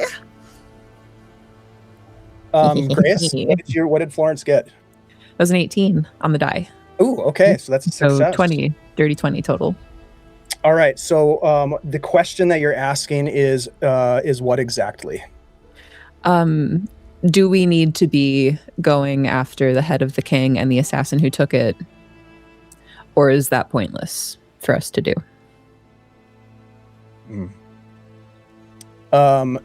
You stare at Tea Light, and Tea Light stares back at you. And then after about 10 seconds of this intense staring contest, he blinks and hops 2 big bounds and lands right on the spot where the individual disappeared in a shadowy portal. What does that mean? We have to go after him. I thought as much. How are we going to do that? As you say that, you hear a hammer on the wall. Titan, who is it? Open the door! No! Blow idea. Tyven turns and cracks the door open, and it is pushed open, and you see General Trask come in and gasp as he sees the headless body of the monarch sitting in a chair. Behind him is this sort of rather beautiful, kind of elegant looking woman who you probably did notice in the king's chambers before, and I would think that maybe Chevron, you would recognize this individual as Lady Isabel, and she is the High Warden of the Verdant Path. She is the High Priestess of Callistriel, and she has largely been quiet. And she walks in, and she says, "No, this can't be. How did this happen?" She rushes over to the king, who is restrained in this chair, who has a notorious assassin standing right behind him, and no head. No head. What is the meanings of this, Chevron? What happened here? General, we were in slumber. There was an assault by, it sounds ridiculous, some shadowy sort of figures that we could not even see. The light was manipulated into darkness unnaturally. When we were able to return the light, there was a skirmish. There was more than a skirmish. There was a fight across the grounds. And apparently, this individual, Huon, who we met earlier today, spied a figure heading towards the king's chambers. I forthwith led everyone here, at which point I approached the king's chamber, entered myself, and in just but a moment saw the assassin with the king's head in her hand before she did some sorcery and disappeared into some sort of opening in the ether. The king at that point was already dead on the floor. I will explain the chair thing in a moment. Callistriel, or excuse me, not Callistriel, but the High Warden of the Verdant Path, Lady Isabel, interrupts and she says, "It is the Shadowdark, I fear." And Trask says, "Chevron, these attacks have been throughout the palace on this night. I wish you could have only gotten here sooner." We're a bit busy. Just too late. And where is the head? It was absconded with by and I make the hand motion. Oh, this means they went to do some sort of portal. I don't understand it. Our cleric has gone to get the maiden, the Warden of the Veil. I'm glad, Lady Isabel, that you are here. I have no grand answers beyond that, but we do feel that the king's essence may yet be preserved. The body is moving of its own accord, which is why Huon and I have restrained it. It is somehow animated. Lady Isabel, again, sort of like kind of listening to what's going on, but also doing her own assessment of what's happened to the king. You can hear her say from over at the chair, "He is not dead." We surmise such, but we don't understand it. How can this be? How can a man sit in a chair headless but not be dead? This is blasphemy. This is heresy. Lady Isabel is like, she says, "There are things at work here, General, that we do not understand. The Veil Warden will be important to witness this." Go ahead, Chevron. This is why we must still follow through with the decree that our sovereign bestowed upon us. We should go into this Shadowdark and find out what is going on. I spoke with Ziva before we took our rest, and Ziva was going to beseech the gods for their wisdom. I look forward to hearing what they have communicated to the cleric so that we may know which direction to go first. Yes. If the body is not dead, the essence still lingers. You are correct, Sir Chevron. This quest must be undertaken immediately. My lady, do you think we can follow the essence in some way? And I look to Florence. Perhaps we have means. This I will can be get you for the some. Veil Warden to determine. I know not, but I can say this. We must not let the news of what has happened here escape these walls. Yes, General, I did- anyone who has seen what happened here should be told as much, should be ordered as much. Of course, yes, Chevron, can you make an account? Or you, guard, can you make an account of who might have seen this? General, please allow me to introduce Sergeant at Arms Tyven. Yes, sir. He has been most helpful in this regard and has acted proactively in preserving as much information as we could limit. The few guards outside, I don't know what they may have seen. For the most part, we believe that has been mitigated. Sir, I know the men who were on duty tonight and can make a full account of those who were not slain by these horrible creatures that attacked us. Yes, it shall be, the secret shall be preserved by our oath. General, if I may as well, I commend the Sergeant at Arms for his work tonight. Yes, of course. There's much to do here. See to it, guard. And he will, Tyven will nod, bow, and take his leave as he heads out the door, leaving you and the rest of your party, aside from Ziva, in this room. We'll quickly go over to Ziva. Ziva, you have raced out of the palace to the temple, where you have gained access to the Veil Warden's chamber. As you knock on their door, they come to the door. We keep losing Grace. But anyhow, yes, what is it? You are back from the palace, Ziva. Is everything okay? You look frightened, shaken. He sees the two guards that are with you as well. What is the meaning of this? And she's gonna glance over her shoulder at the guards and sort of like gesture them to take a step back and like essentially close the door so it's just her and the Veil Warden, and be like, forgive the impertinence, but this is important. The king is beheaded, but not dead. I think it's very strange and confusing, and I think you need to come and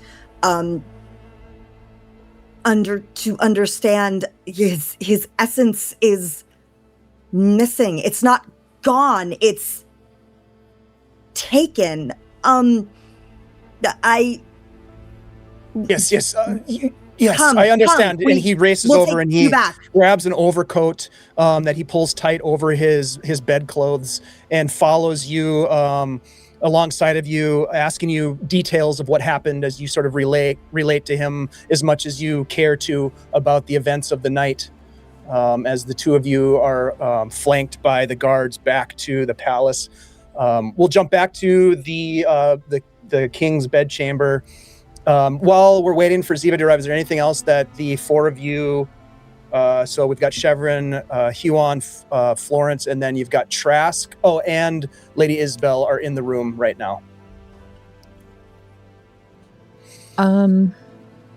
Florence would like to, kind of looking around at everyone awkwardly, looking down at her like blood-stained nightgown, aware of the important people in the room. She's going to, my lady, my lords, and she's going to scoop up the eggs that are on the ground, and she's going to take tea light and the eggs onto the balcony, and she's going to attempt to cast augury again, but this time asking for a cardinal direction to get a bearing. Okay. And she's going to put tea light in the egg yolks and see which direction he hops in.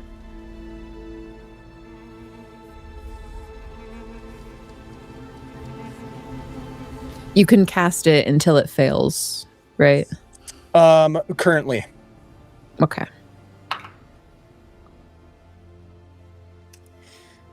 That's a 3. Take my luck. Take my luck. I can? I was gonna say, did you use your second luck after? I did. Okay. Take mine. Well, thank you. Oh, that's a lot better. That's a 14. 15. Gifted luck seems to be much luckier than using your own luck. It's a friendly way to do things. Yeah, it is. Okay, so you place tea light in the yolks, and you do this. You go through this ritual again, and tea light looks at you.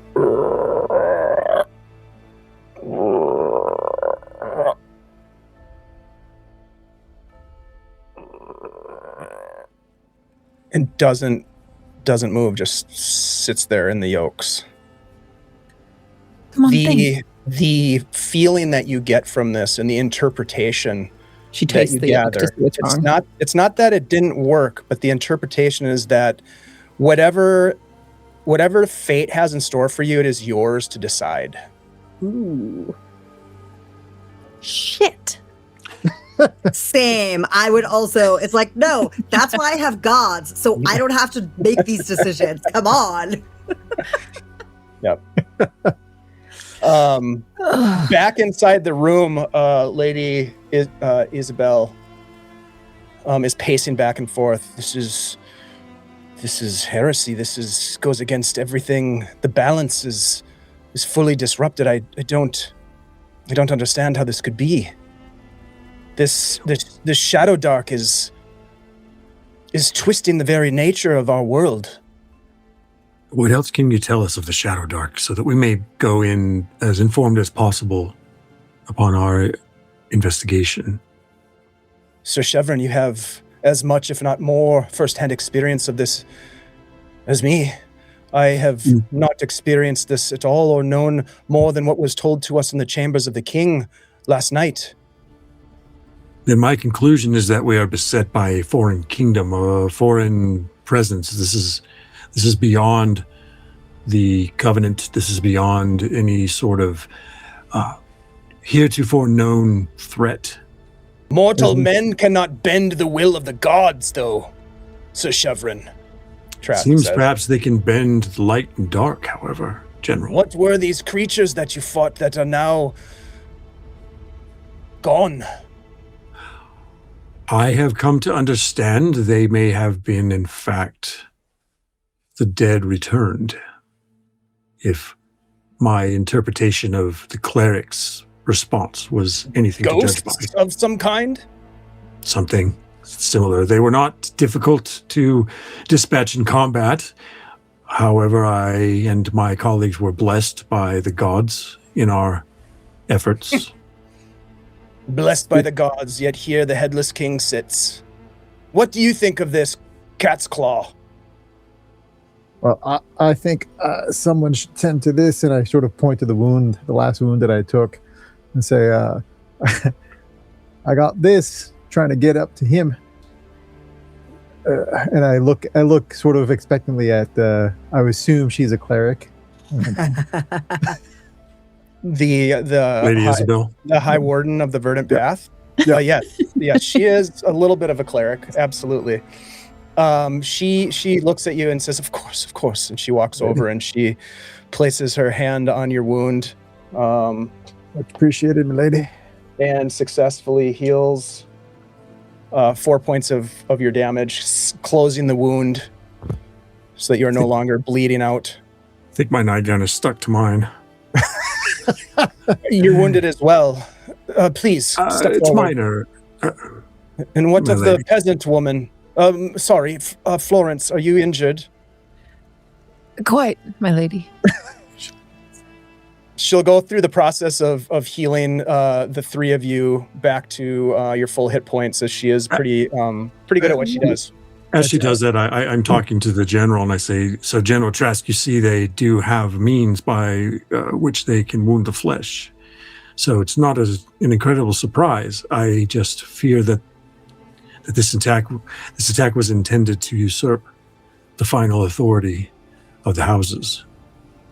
And To apparently the authority of the gods as well. answer your earlier question, I think these things are obviously whatever the king was talking about, this Shadowdark thing, right? It's whatever this thing is. That's what these things were. If they died easily enough, but they returned or dissipated or went wherever the hell they came from, wherever this Shadowdark is. Mhm. Never seen anything like it myself. It is witchcraft. It's another Florence, kingdom. you would probably take note at Trask's sort of flagrant comment. Yeah. Be putting this on witches. It's What else could it be, man? This is dark magic.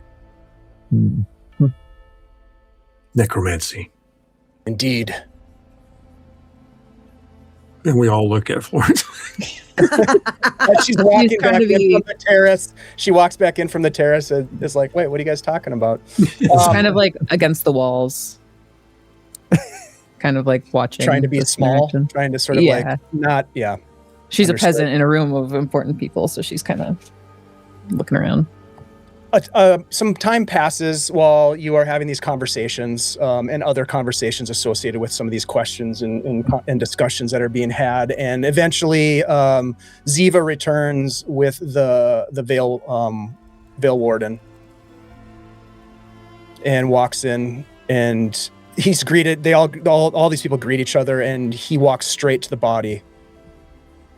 So it is true then. He kneels Sounds a bit- down and takes one of the Monarch's hands in his. There is a pulse.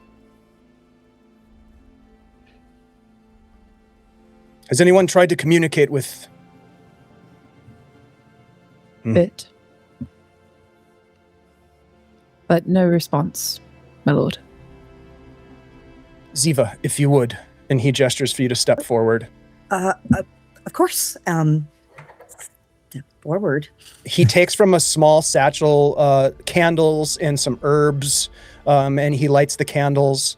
And it's kind of like almost like a sage smelling bundle that he lights, and the smoke kind of like washes over the king's body.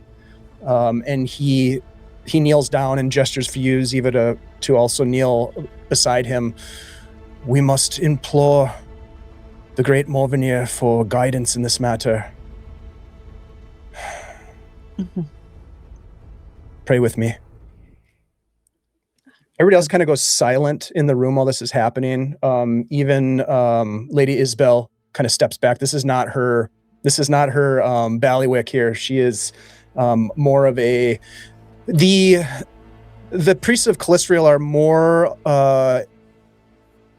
interested in the balance of the world, of nature, of industry, the curating of the wood and the verge and the plants and the agricultural systems.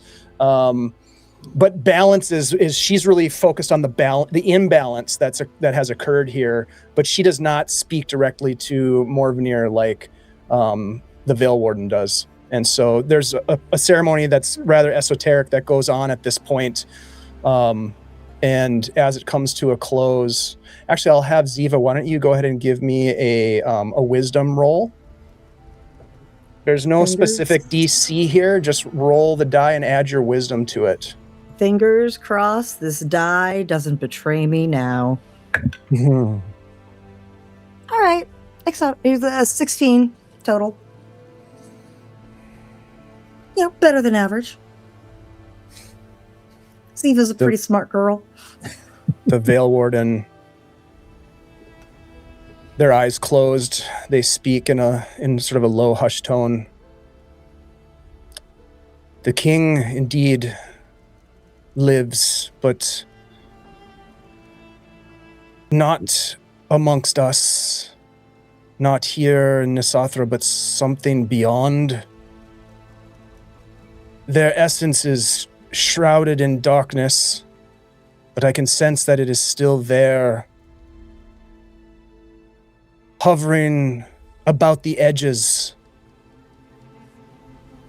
This body still bears it is not a simulacrum of life, but there is no essence in it anymore. I do not know what this means. As he snuffs out the candles. But I believe that this king, regardless of whether he can be brought back to us or not, must be honored by those in this room with the recovery of what has been stolen. And in so doing, I believe, with what little bit I understand, that we may be able to bring him back. This is likely the work of the Shadowdark. We must do what we can to understand it. I will leverage all of the archivists that I have at my disposal. I can assure you, General Trask, Lady Isabel. He looks at the rest of you as he's kind of standing back up. We will do what we can within the archives. But I implore that there be action taken on this night. Sir. It reminds me, Ziva, what did the gods say for our direction? Oh, and she guiltily almost looks at the Veil Warden and then looks away and pointedly doesn't look at the Veil Warden. Broodmeal. We are meant to go first to Broodmeal. Sensible. We shall head that direction. As we understand that the Shadowdark has infiltrated this village, there may be others in danger as well. If it has become some sort of an outpost, they may have taken the king's essence there. Trask nods. It shall be so. We will outfit you with horses and supplies. Torches. We ride out. Torches. Many torches. We ride at dawn, which admittedly is not too long from now. Do what we must to gather yourselves and your things. Chevron, in the stables. Yes. Our man will have 4 horses ready for you. Oil. We'll need oil. Anything flammable. Indeed. It shall be so. On my honor. And he turns and bows to both the Veil Warden and Lady Isabel, the High Warden of the Verdant Path, and he takes his leave. In fact, maybe you can point me to your quartermaster and I can just go through the inventory, get some things that we'll need. Not like that, Florence. Yes. Don't overladen yourself, Yuan. We do have to move somewhat swiftly. Not for me. I can't carry shit. It's for the horses. Be practical. That'll bag it up. The Veil Warden looks back at everyone and says, well, I will get straight to work with the archivist. Ziva, I think it is plainly clear what you must do. Clear You as must accompany this party. Get to the bottom of this heresy that has been enacted against Morvenir and the gods of law. Bear witness. If we are to overcome the Shadowdark, this quest you're on may be critically important to saving Nyssathra. Good luck. He reaches his hand out to take yours, Ziva, as like a gesture of good luck and goodwill. Mm-hmm. Squeezes your hand. And it's sort of the most kind of emotionally charged you've seen him. And he's pretty stoic even now. But you get the sense that he is very concerned with what has been revealed here on this night. And he takes his leave. How much time do we have before dawn, or before we have to leave, or is this the time to get ready now? I would say there's probably about, well, let's see. Give me a D6 roll, Chevron. This is the number of hours before the sun begins to rise over Nyssathra. 4. You have about 4 hours.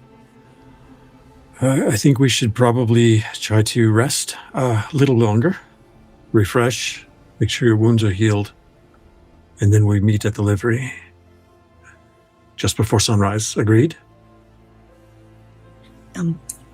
Agreed. Yes. Works for me. I'll turn to Tyven. Sergeant, please keep security on this room. No one comes in that is not anyone at this point of the Council or higher that has been here already? Lady Isabel That's turns to you perfect. and says, I will stay with the body for now. Thank you, lady. This Be will be a aware. difficult secret to keep, but we will do what we can. Isn't that right, guardsman? And he's like, yes, milady, of course, of course. Secret shall be kept. Be aware.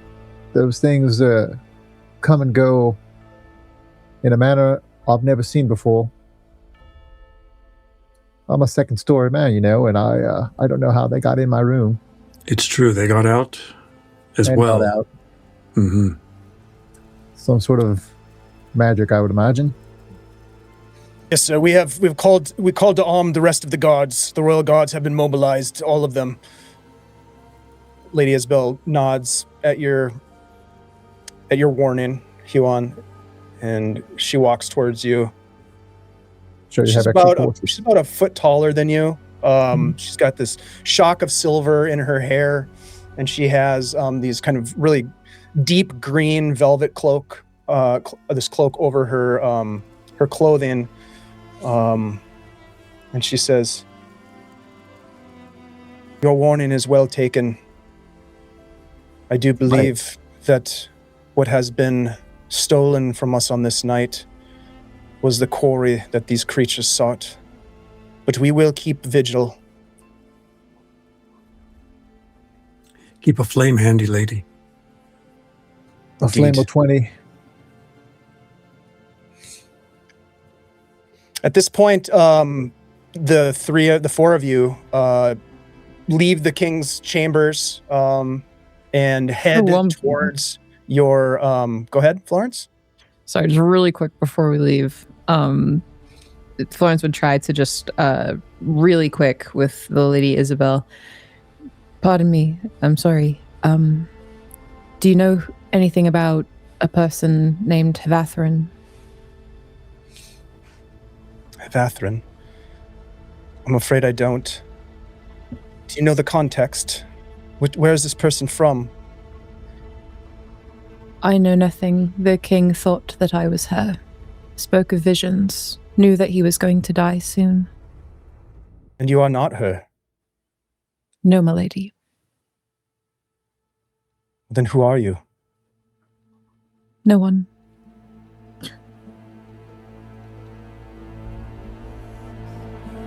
She gives you a knowing sort of look.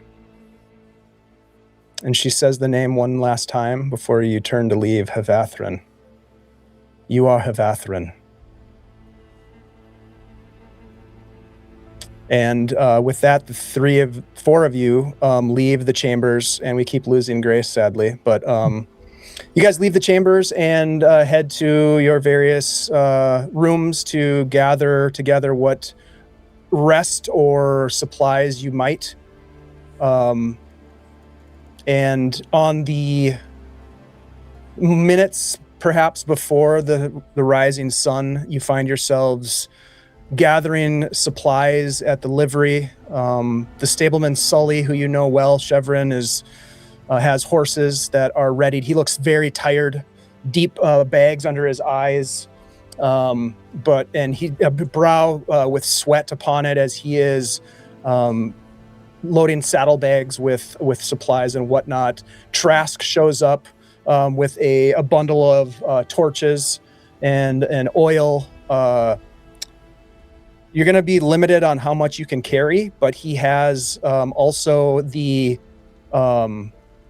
coin that was promised to you for your journey, not the reward that is promised to you upon your successful completion of figuring out what the Shadowdark is, as was the task given to you by the king, but in advance of some coin, each of you with 100 crowns, which are gold pieces in Har. And a bundle of how many torches for the horseback? There's probably 4 torches for each of you, should you have room to carry them. I don't have any room on my person. And we'll take them on the horses. That's why that was Yes. important. The saddlebags each of the bags on these horses will carry 4 gear slots worth of items. So it'd be 4 torches in a saddlebag. You could put rations in, you could fill those up however you like. And I like to get some oil. they have that as well. Torches is one thing, but with oil, we can make anything into a torch. So, I actually spent the money at character creation to buy myself a lantern and oil instead of just torches. So Nice. I think I mostly get a so nice I guess staff, and I just attach the lantern to the end of it so I can just sort of like carry it in front of me while we're riding. Would be the number one thing that I'm gonna do. That sounds good. And we don't have to go through all of the stuff that we're gonna, put in the saddlebags right now. We can do that later. I'd rather focus on You the don't story. think that min-maxing our I think we can do that later. supply purchases is like making for great streaming content? I just think we have limited time, so I'd rather focus on the fair. story. Yeah.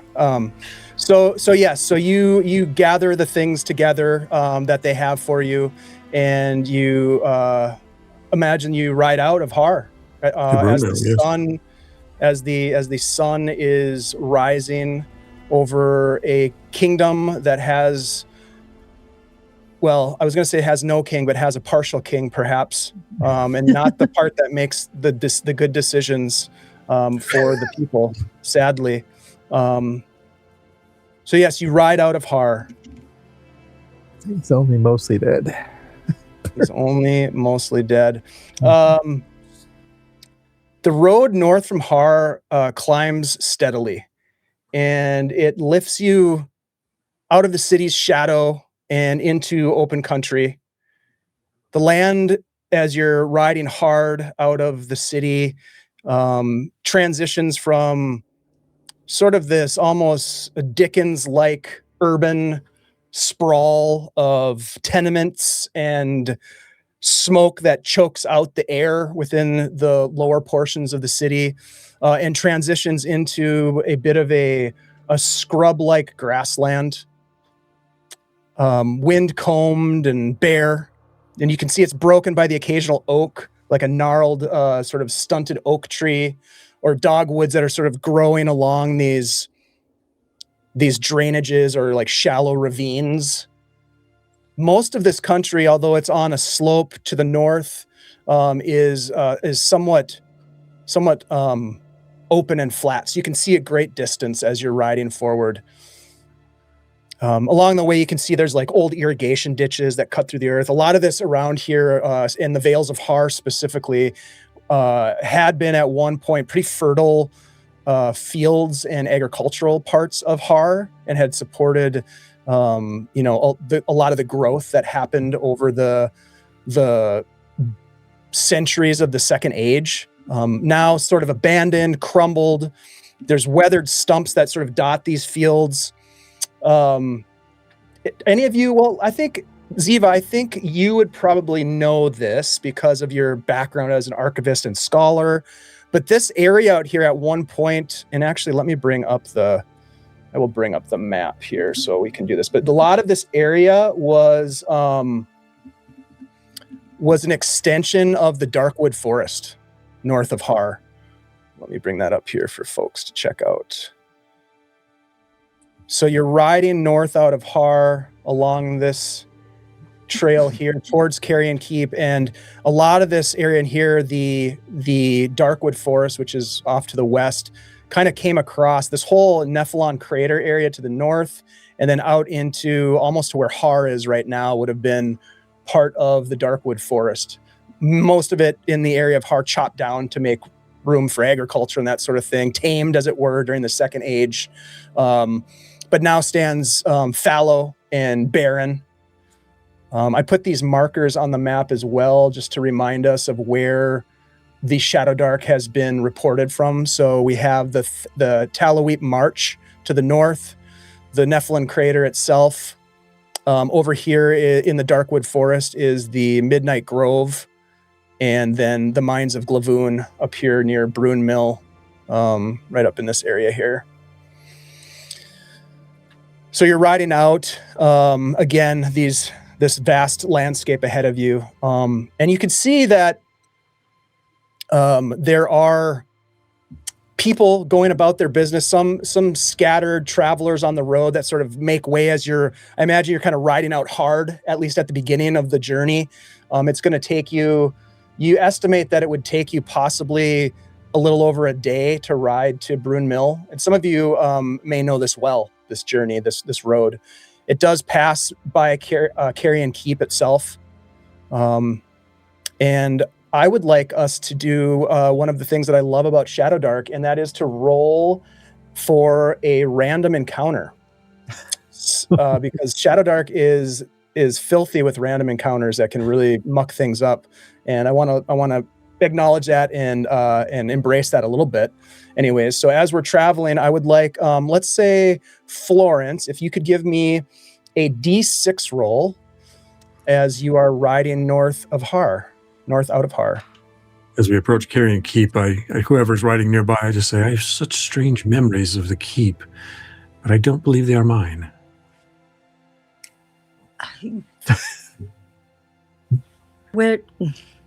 Who? Yeah, couldn't have said it better myself. How would you have another's memories? An excellent question. Perhaps we should pray about it.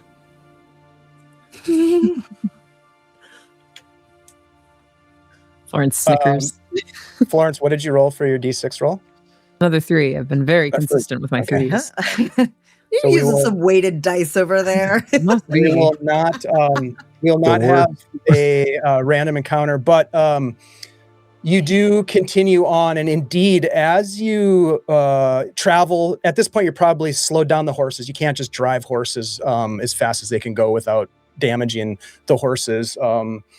But you ride hard, and you find yourself coming up on Carrion Keep itself, and you can see Chevron as you're sort of trotting along or sauntering or making your way ahead of the group a little bit, and you call back and you see Carrion Keep. You call back this comment to your companions, and you can see it kind of rises up from a low hill ahead of you as you're making your way up towards it, and it kind of looks like a broken tooth on the horizon. You can see there's like a central tower that once served as a watch point during the Great War, and it sort of like gazes north towards the vastness that was once the home to the forests of the Darkwood, like we mentioned before, and then south and east across the Vales of Har. It's a very strategic location because on the other side of Carrion Keep, it sort of like descends to the north. So it's on this sort of ridge line. Nothing really would have moved in this area without being seen by the watchmen of Carrion Keep.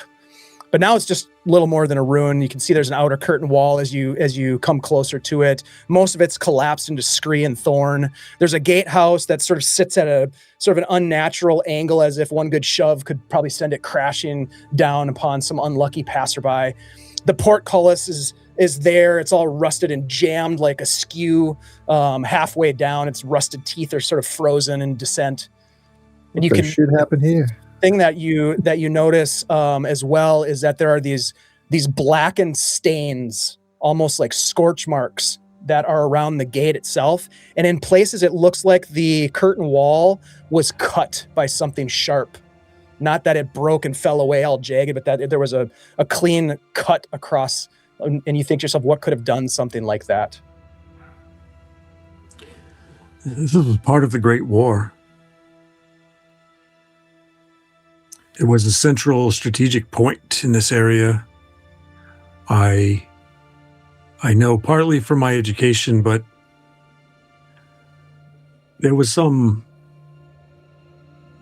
residual imprint on my dreams of this place. I can't explain it. Residual imprint seems like quite specific wording, my lord. I dreamt, I think, once, of you see the way the land is scarred, is burnt. In it's hard to express the way that I dreamt it. It was as if a great beam of energy tore across the land. I think in my dream I nearly died.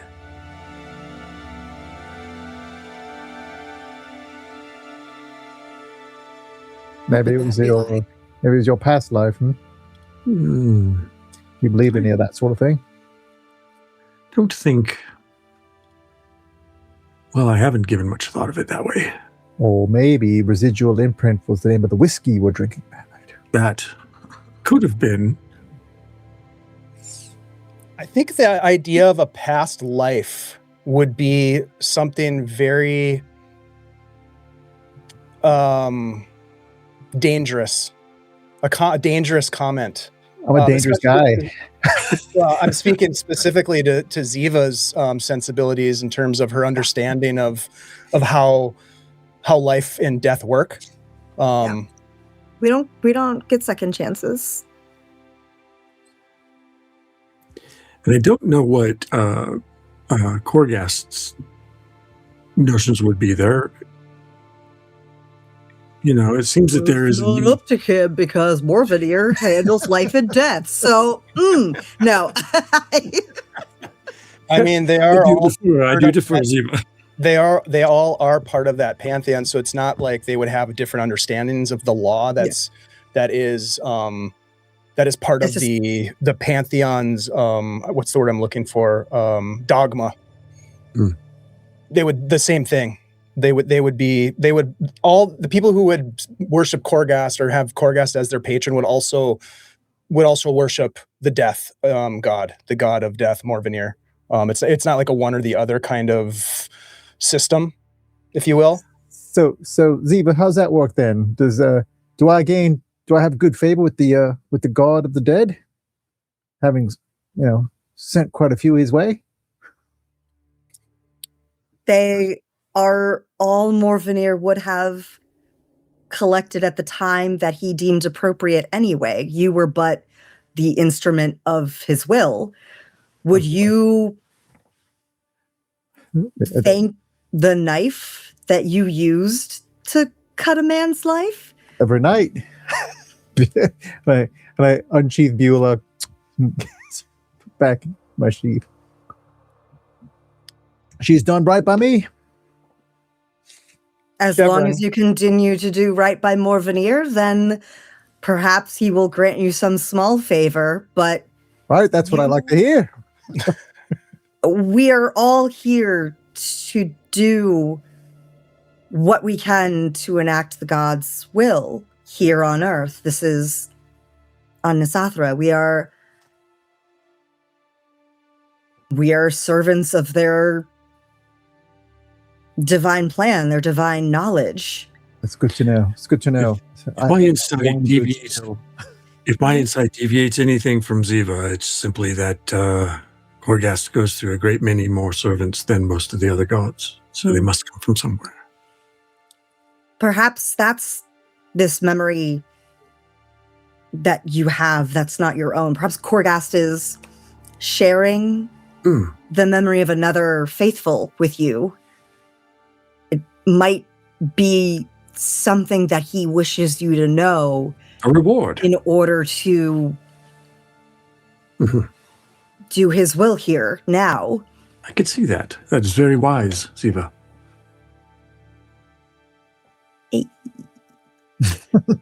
As long as we keep having total and utter faith in the gods, we'll be fine. Chevron, what do you recall about the vision-like dream that you had? There was a battle, a great battle, and it was fierce. And there were, I believe, more forces arriving, more enemies. And then there was a great electric beam of energy that crisscrossed the land and was devastating and destructive to the keep. And then I was in a room, and I was wounded, but I was by myself. And then I woke up. There's a couple other pieces of information that you remember as you start to work through this in your mind, perhaps verbalizing it. You remember the feeling of a great weapon in your hand, your right hand, a weapon that you now wield. You remember the loyalty and bravery of the warriors that you felt as though you commanded upon that battlefield. There was a woman who spoke to you of something that had been secured. There were warriors charging in upon you. And when you awoke from in this room, you were surrounded by the men who then you would lead to take the Covenant cell, as if you awoke from a dream, having been perhaps dozing slightly on like a stakeout kind of vibe, you know, waiting for the knowledge that the trap had been sprung and that, or the trap was set and was ready to be sprung. So you remember all of this. It comes kind of flooding back to you as you are approaching Carrion Keep. Something significant happened here that you get the sense you were at or you were there for, but there's no way you could have been because the battle that took place here was well over 50 years ago.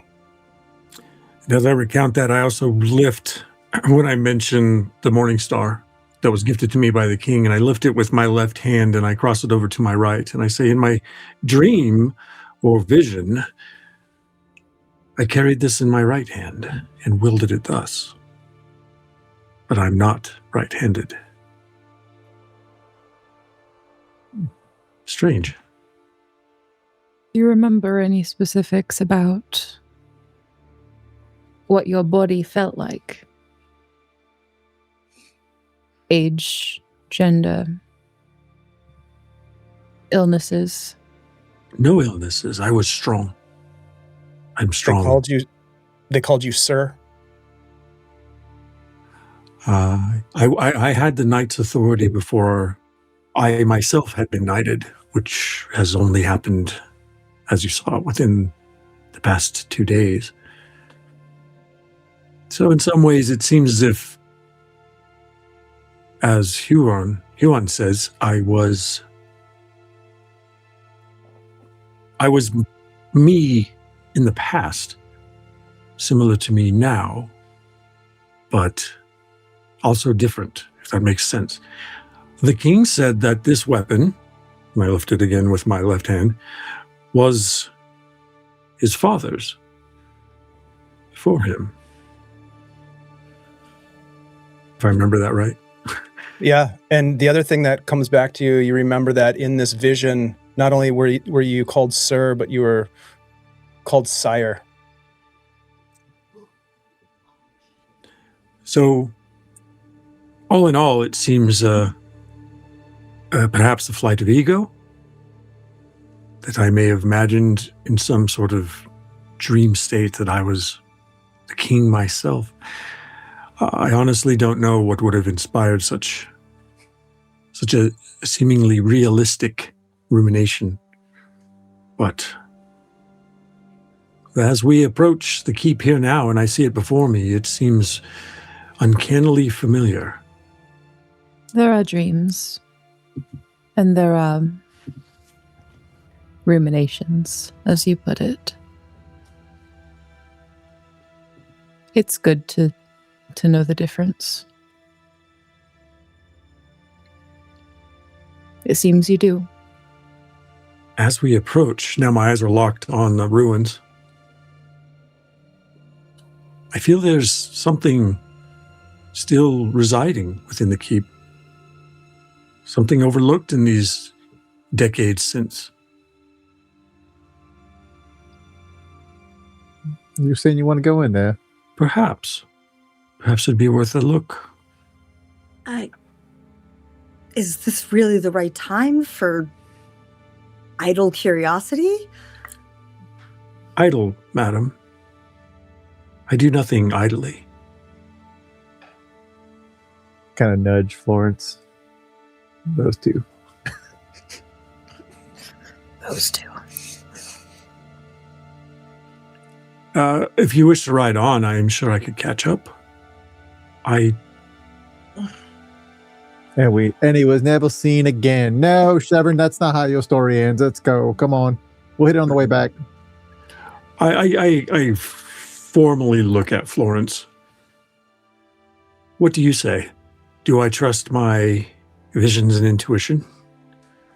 Or do I ignore them? Sounds like a leading question to me if I ever heard one. Well, the lady has a frog that says and knows things seemingly more than either or any of us. With all due respect, Siva.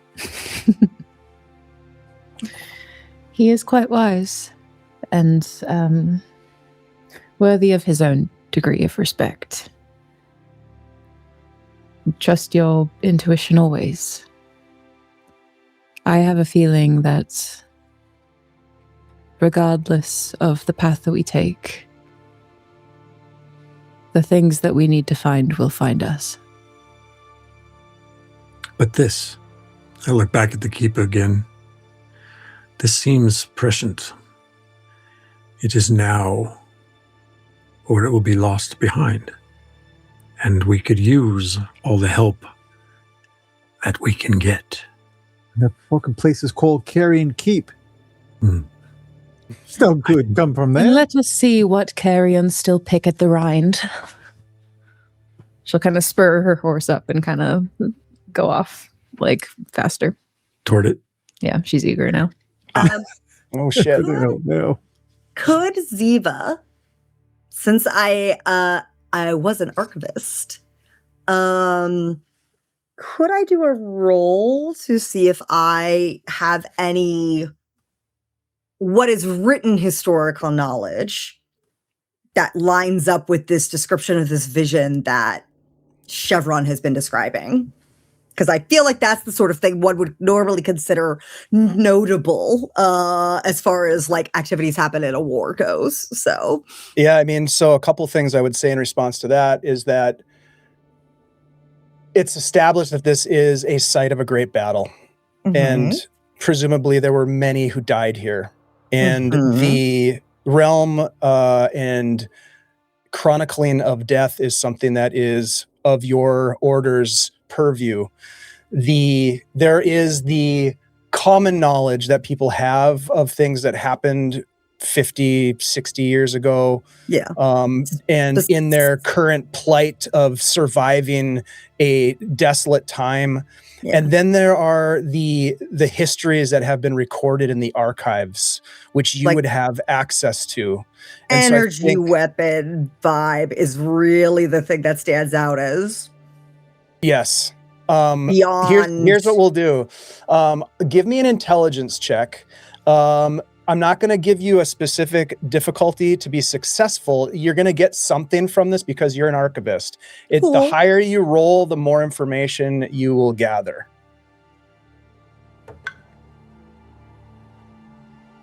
That is a 15. A 15. Okay.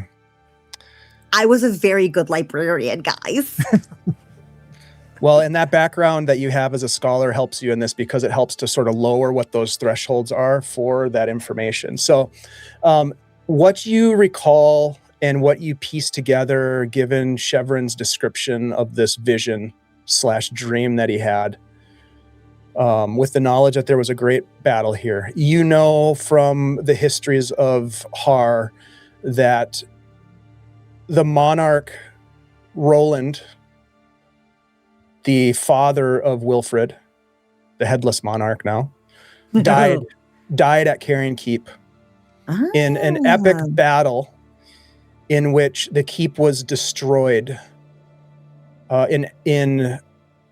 with the attack of some sort of powerful arcane weapon that was wielded by House Ahanis, which was a house whose sphere of influence was related to technology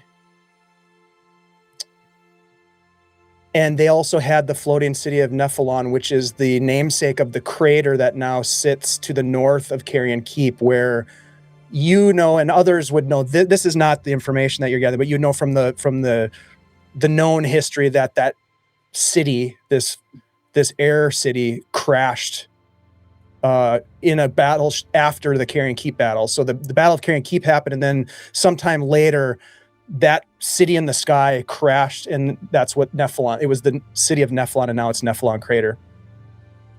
I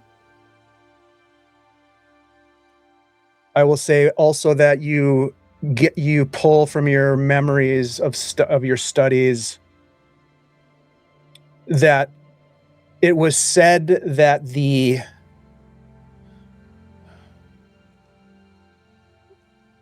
that Roland's Rangers, that name sticks out to you, were like a commando unit that had been stealing information from agents in Nephalon. With a 15, that's what you recall.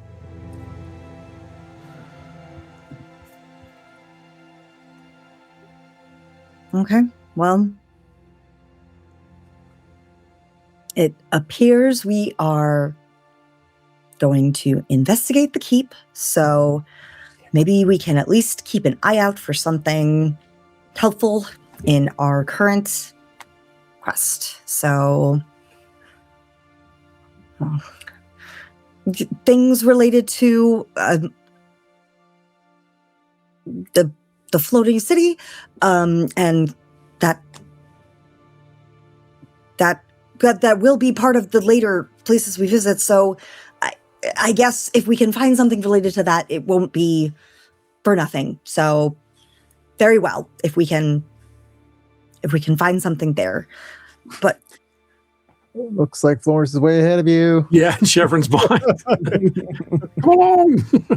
talking to nobody and nothing, because I've just been like, yeah, flipping through a little journal of like really interesting tidbits I would periodically write down for myself while I was archiving. We're gonna go with that. That's a word now. That's a word now. Yeah, archiving. She's an archivist. Okay, with that history revealed to whoever was there, still there listening. No one. Just me. The horse knows all this. Yeah. You approach the ruins of Carrion Keep, and you get the sense, Chevron, as you pass underneath this rusted and damaged portcullis and into this courtyard, surrounded by this wall that has been sliced as if a hot knife through butter, that something important happened here that you were part of, although your reason tells you there's no way that is possible. And with that, my friends, we will end tonight's session, and we will come back next week to figure out the mystery of Carrion Keep. But let's not forget, in this moment of excitement and adventure, that there is a headless king upon the throne in Har, and there are people in jeopardy in the mines of Glavoon.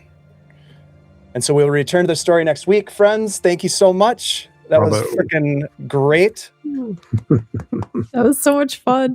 Nicely done. I'm glad we were able to keep you around, Grace. I thought we were going to lose you for good there for a while. Oh my God, that was so obnoxious. I'm so sorry, everyone. Well, that's okay. Yeah. We'll have to get it figured out.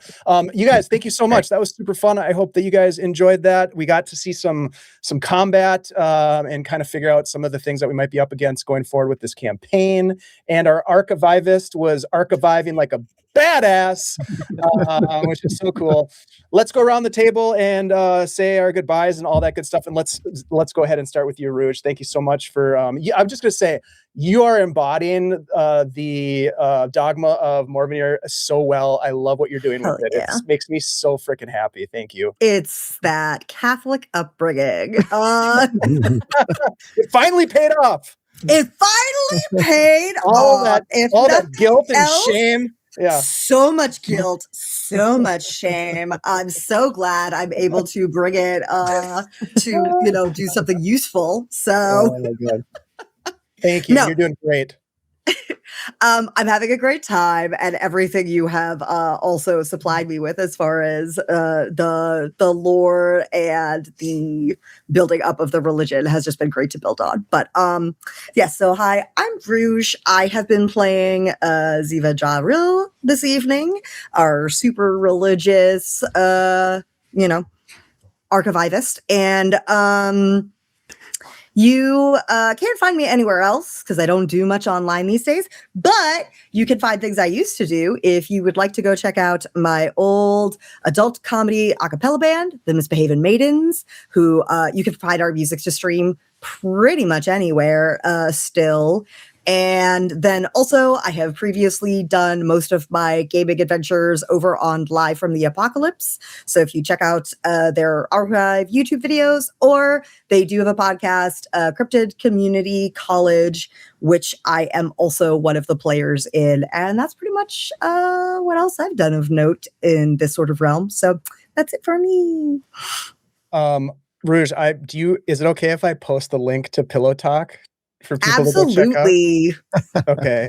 Because Please, just as long as people so good. understand it's adult comedy and everything that entails. So just be careful where you go. Not safe Don't for play work, in the right? office, maybe Yeah. for the first time listening through while you're finding out what all it is. So It's a song about a job at a cubicle and Talk about taxes, that sort of stuff.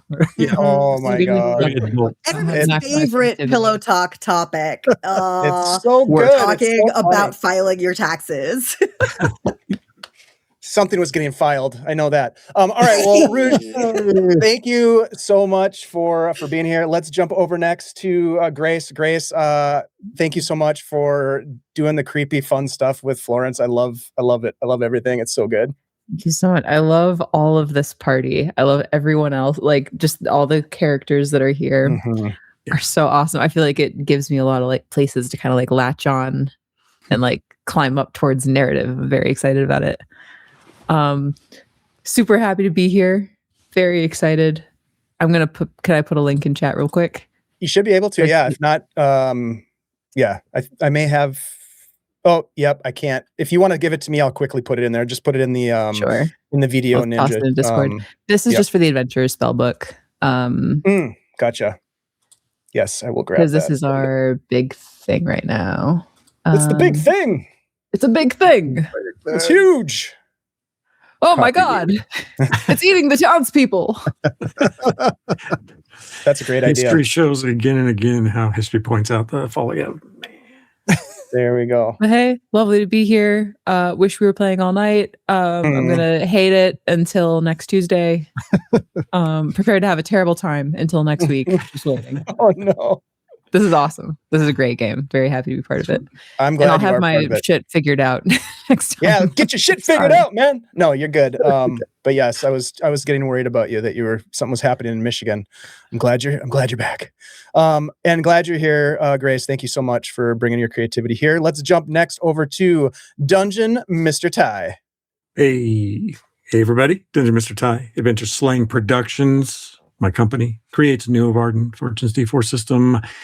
There is a New of Arden 4-shot coming up in February, but I will release more details about that on another channel, and I'll get more details on that when I have them. And then I'll be here on Tuesdays, and I am gearing up for GaryCon in March. And then I'll be also part of something else New of Arden related that's in the somewhat distant future, not too terribly far. Not that far away, actually. No, not terribly far away. Yeah. But we'll just suffice to say I get to be a player in that one. So yes. Can we I talk? love it. We can talk about it, can't Yeah, we? I think we You're can, okay with right? it. I'm okay with it. Yeah. Yeah. So we're gonna be Penborough is going to run a campaign, a New Varn campaign. I don't remember exactly when that's happening, but it's gonna be on Thursdays. It's in April. Thank you, Ty. And yeah, Ty's gonna get a chance to play in it. It's gonna be fantastic. So really looking forward to that, and I'm super stoked that Paul is gonna take a run at the Seer. It's gonna be cool. Too. It's gonna be very, very cool. So Ty, thank you so much for sharing New Varn with us. And, guys, you got to go to the website and learn more about this. You can get it print on demand from Drive-Thru. It's beautiful, and Jose's got a bunch of great art in here. And support your buddies who are wickedly creative. That's what I. Or just play something different that you might have fun with. You will have fun with it. It is a very fun system. If you want to go check out how it works, you can go check out our YouTube channel. We've got a bunch of we've got all of the New Varn games that we've played and run over there. And then Ty's got the podcast, which is also a great way to check out those stories as well. So there we go. Thank you. Yeah. Thank you, Ty. And last but not least, we'll go to Jose. Jose, thank you again for the amazing character art that you created for this game, the awesome logo that you were able to fit into your busy schedule with all of the projects that you have going on. Really, really appreciate it. I'm super stoked about Realms Bound. I'm starting to see it everywhere, and I'm very excited for you. Thank you, Dave. Thanks for running this fantastic game. You got a juicy world happening here, man. It's really good stuff, and I am enjoying the vibe between all the characters. Lots of stuff to play off of. Yes, like I was gonna say, like Florence said. Florence Grace Florence. Grace. I am. I'm an illustrator. I'm a writer. You can find my portfolio in the little sidebar there. You can also find the link to the Realms Bound project. Sign up to get the newsletter and get previews of the art and stuff. That's a collaboration with Ed Greenwood, which is a deep dive into the Forgotten Realms, region by region, coming out with 4 books every year. And apparently we're all over the place, and we need to get this thing done before the springtime. That's as soon as I get off here, nose to the grindstone. That's what I'll be doing for the next week. And that's what's keeping me busy. I'm also doing art for Ty's New Varn adventure, Mall of the Mountain. So that's going to be exciting. Yeah. So that's what I got going on. Thank you. I can't wait to be back so here next Tuesday. much. Yeah. Oh, hell yeah. Me too. I'll be thinking about carry and keep all week. 100%. Yes. And you guys know me. I'm Dave. I really appreciate everybody, playing in this game and being, really making the world come alive, in some unexpected ways too, which is very exciting. And thanks to all the folks who were super supportive tonight on this stream and came in and cheered us on and rallied us to what we needed to do. We have a lot going on here at Guild Superior, and I'm really thankful for all of the creative people that get involved in the work that goes on over here to tell stories that are really fun and meaningful. And it's something that really warms my heart, especially in these really difficult times all over the world, really, but certainly in our own hometowns, things are rough. So using your imagination and creating the framework to deal with tough issues and then to take that energy into the real world and do good in your communities is really important to me. So we have my good friend Paul Penborough is going to be here on Thursday. He has created a game and a world and a setting called House of Eidolons, and we've played a couple of campaigns of that. We've got a campaign that just started last week, Siren's Demise. Very thankful to Paul for bringing that to the channel. Alan Henry and his wacky friends from New Zealand are back on Saturdays, and we're playing Things from the Flood, which is a kind of a sequel to our Tales from the Loop game, and we're reprising our characters 4 years later. And it's just our first session was on Saturday, and it was freaking amazing. I love playing a 15-year-old kid. It's so much that genre is so fun to play. And then we'll be back here on Tuesday. We've got Jose is going to be coming back with some more D&D in the not too distant future. Penborough is going to be running some New Varn in April. Candace the Magnificent is coming back, and we're going to do a season 2 of Monster Hunters Club. So things are happening. If you want to get involved with it, reach out to me, tap me on the shoulder and say hi. Love to chat with you and make some connections. With that said, thank you. We're going to raid into one of our friends here on the Twitch, and we'll be back here on Thursday for House of Eidolons. Thanks everybody for hanging out with us. We appreciate you, and do what you can to make some good happen in the world. Thank you. See you. Bye.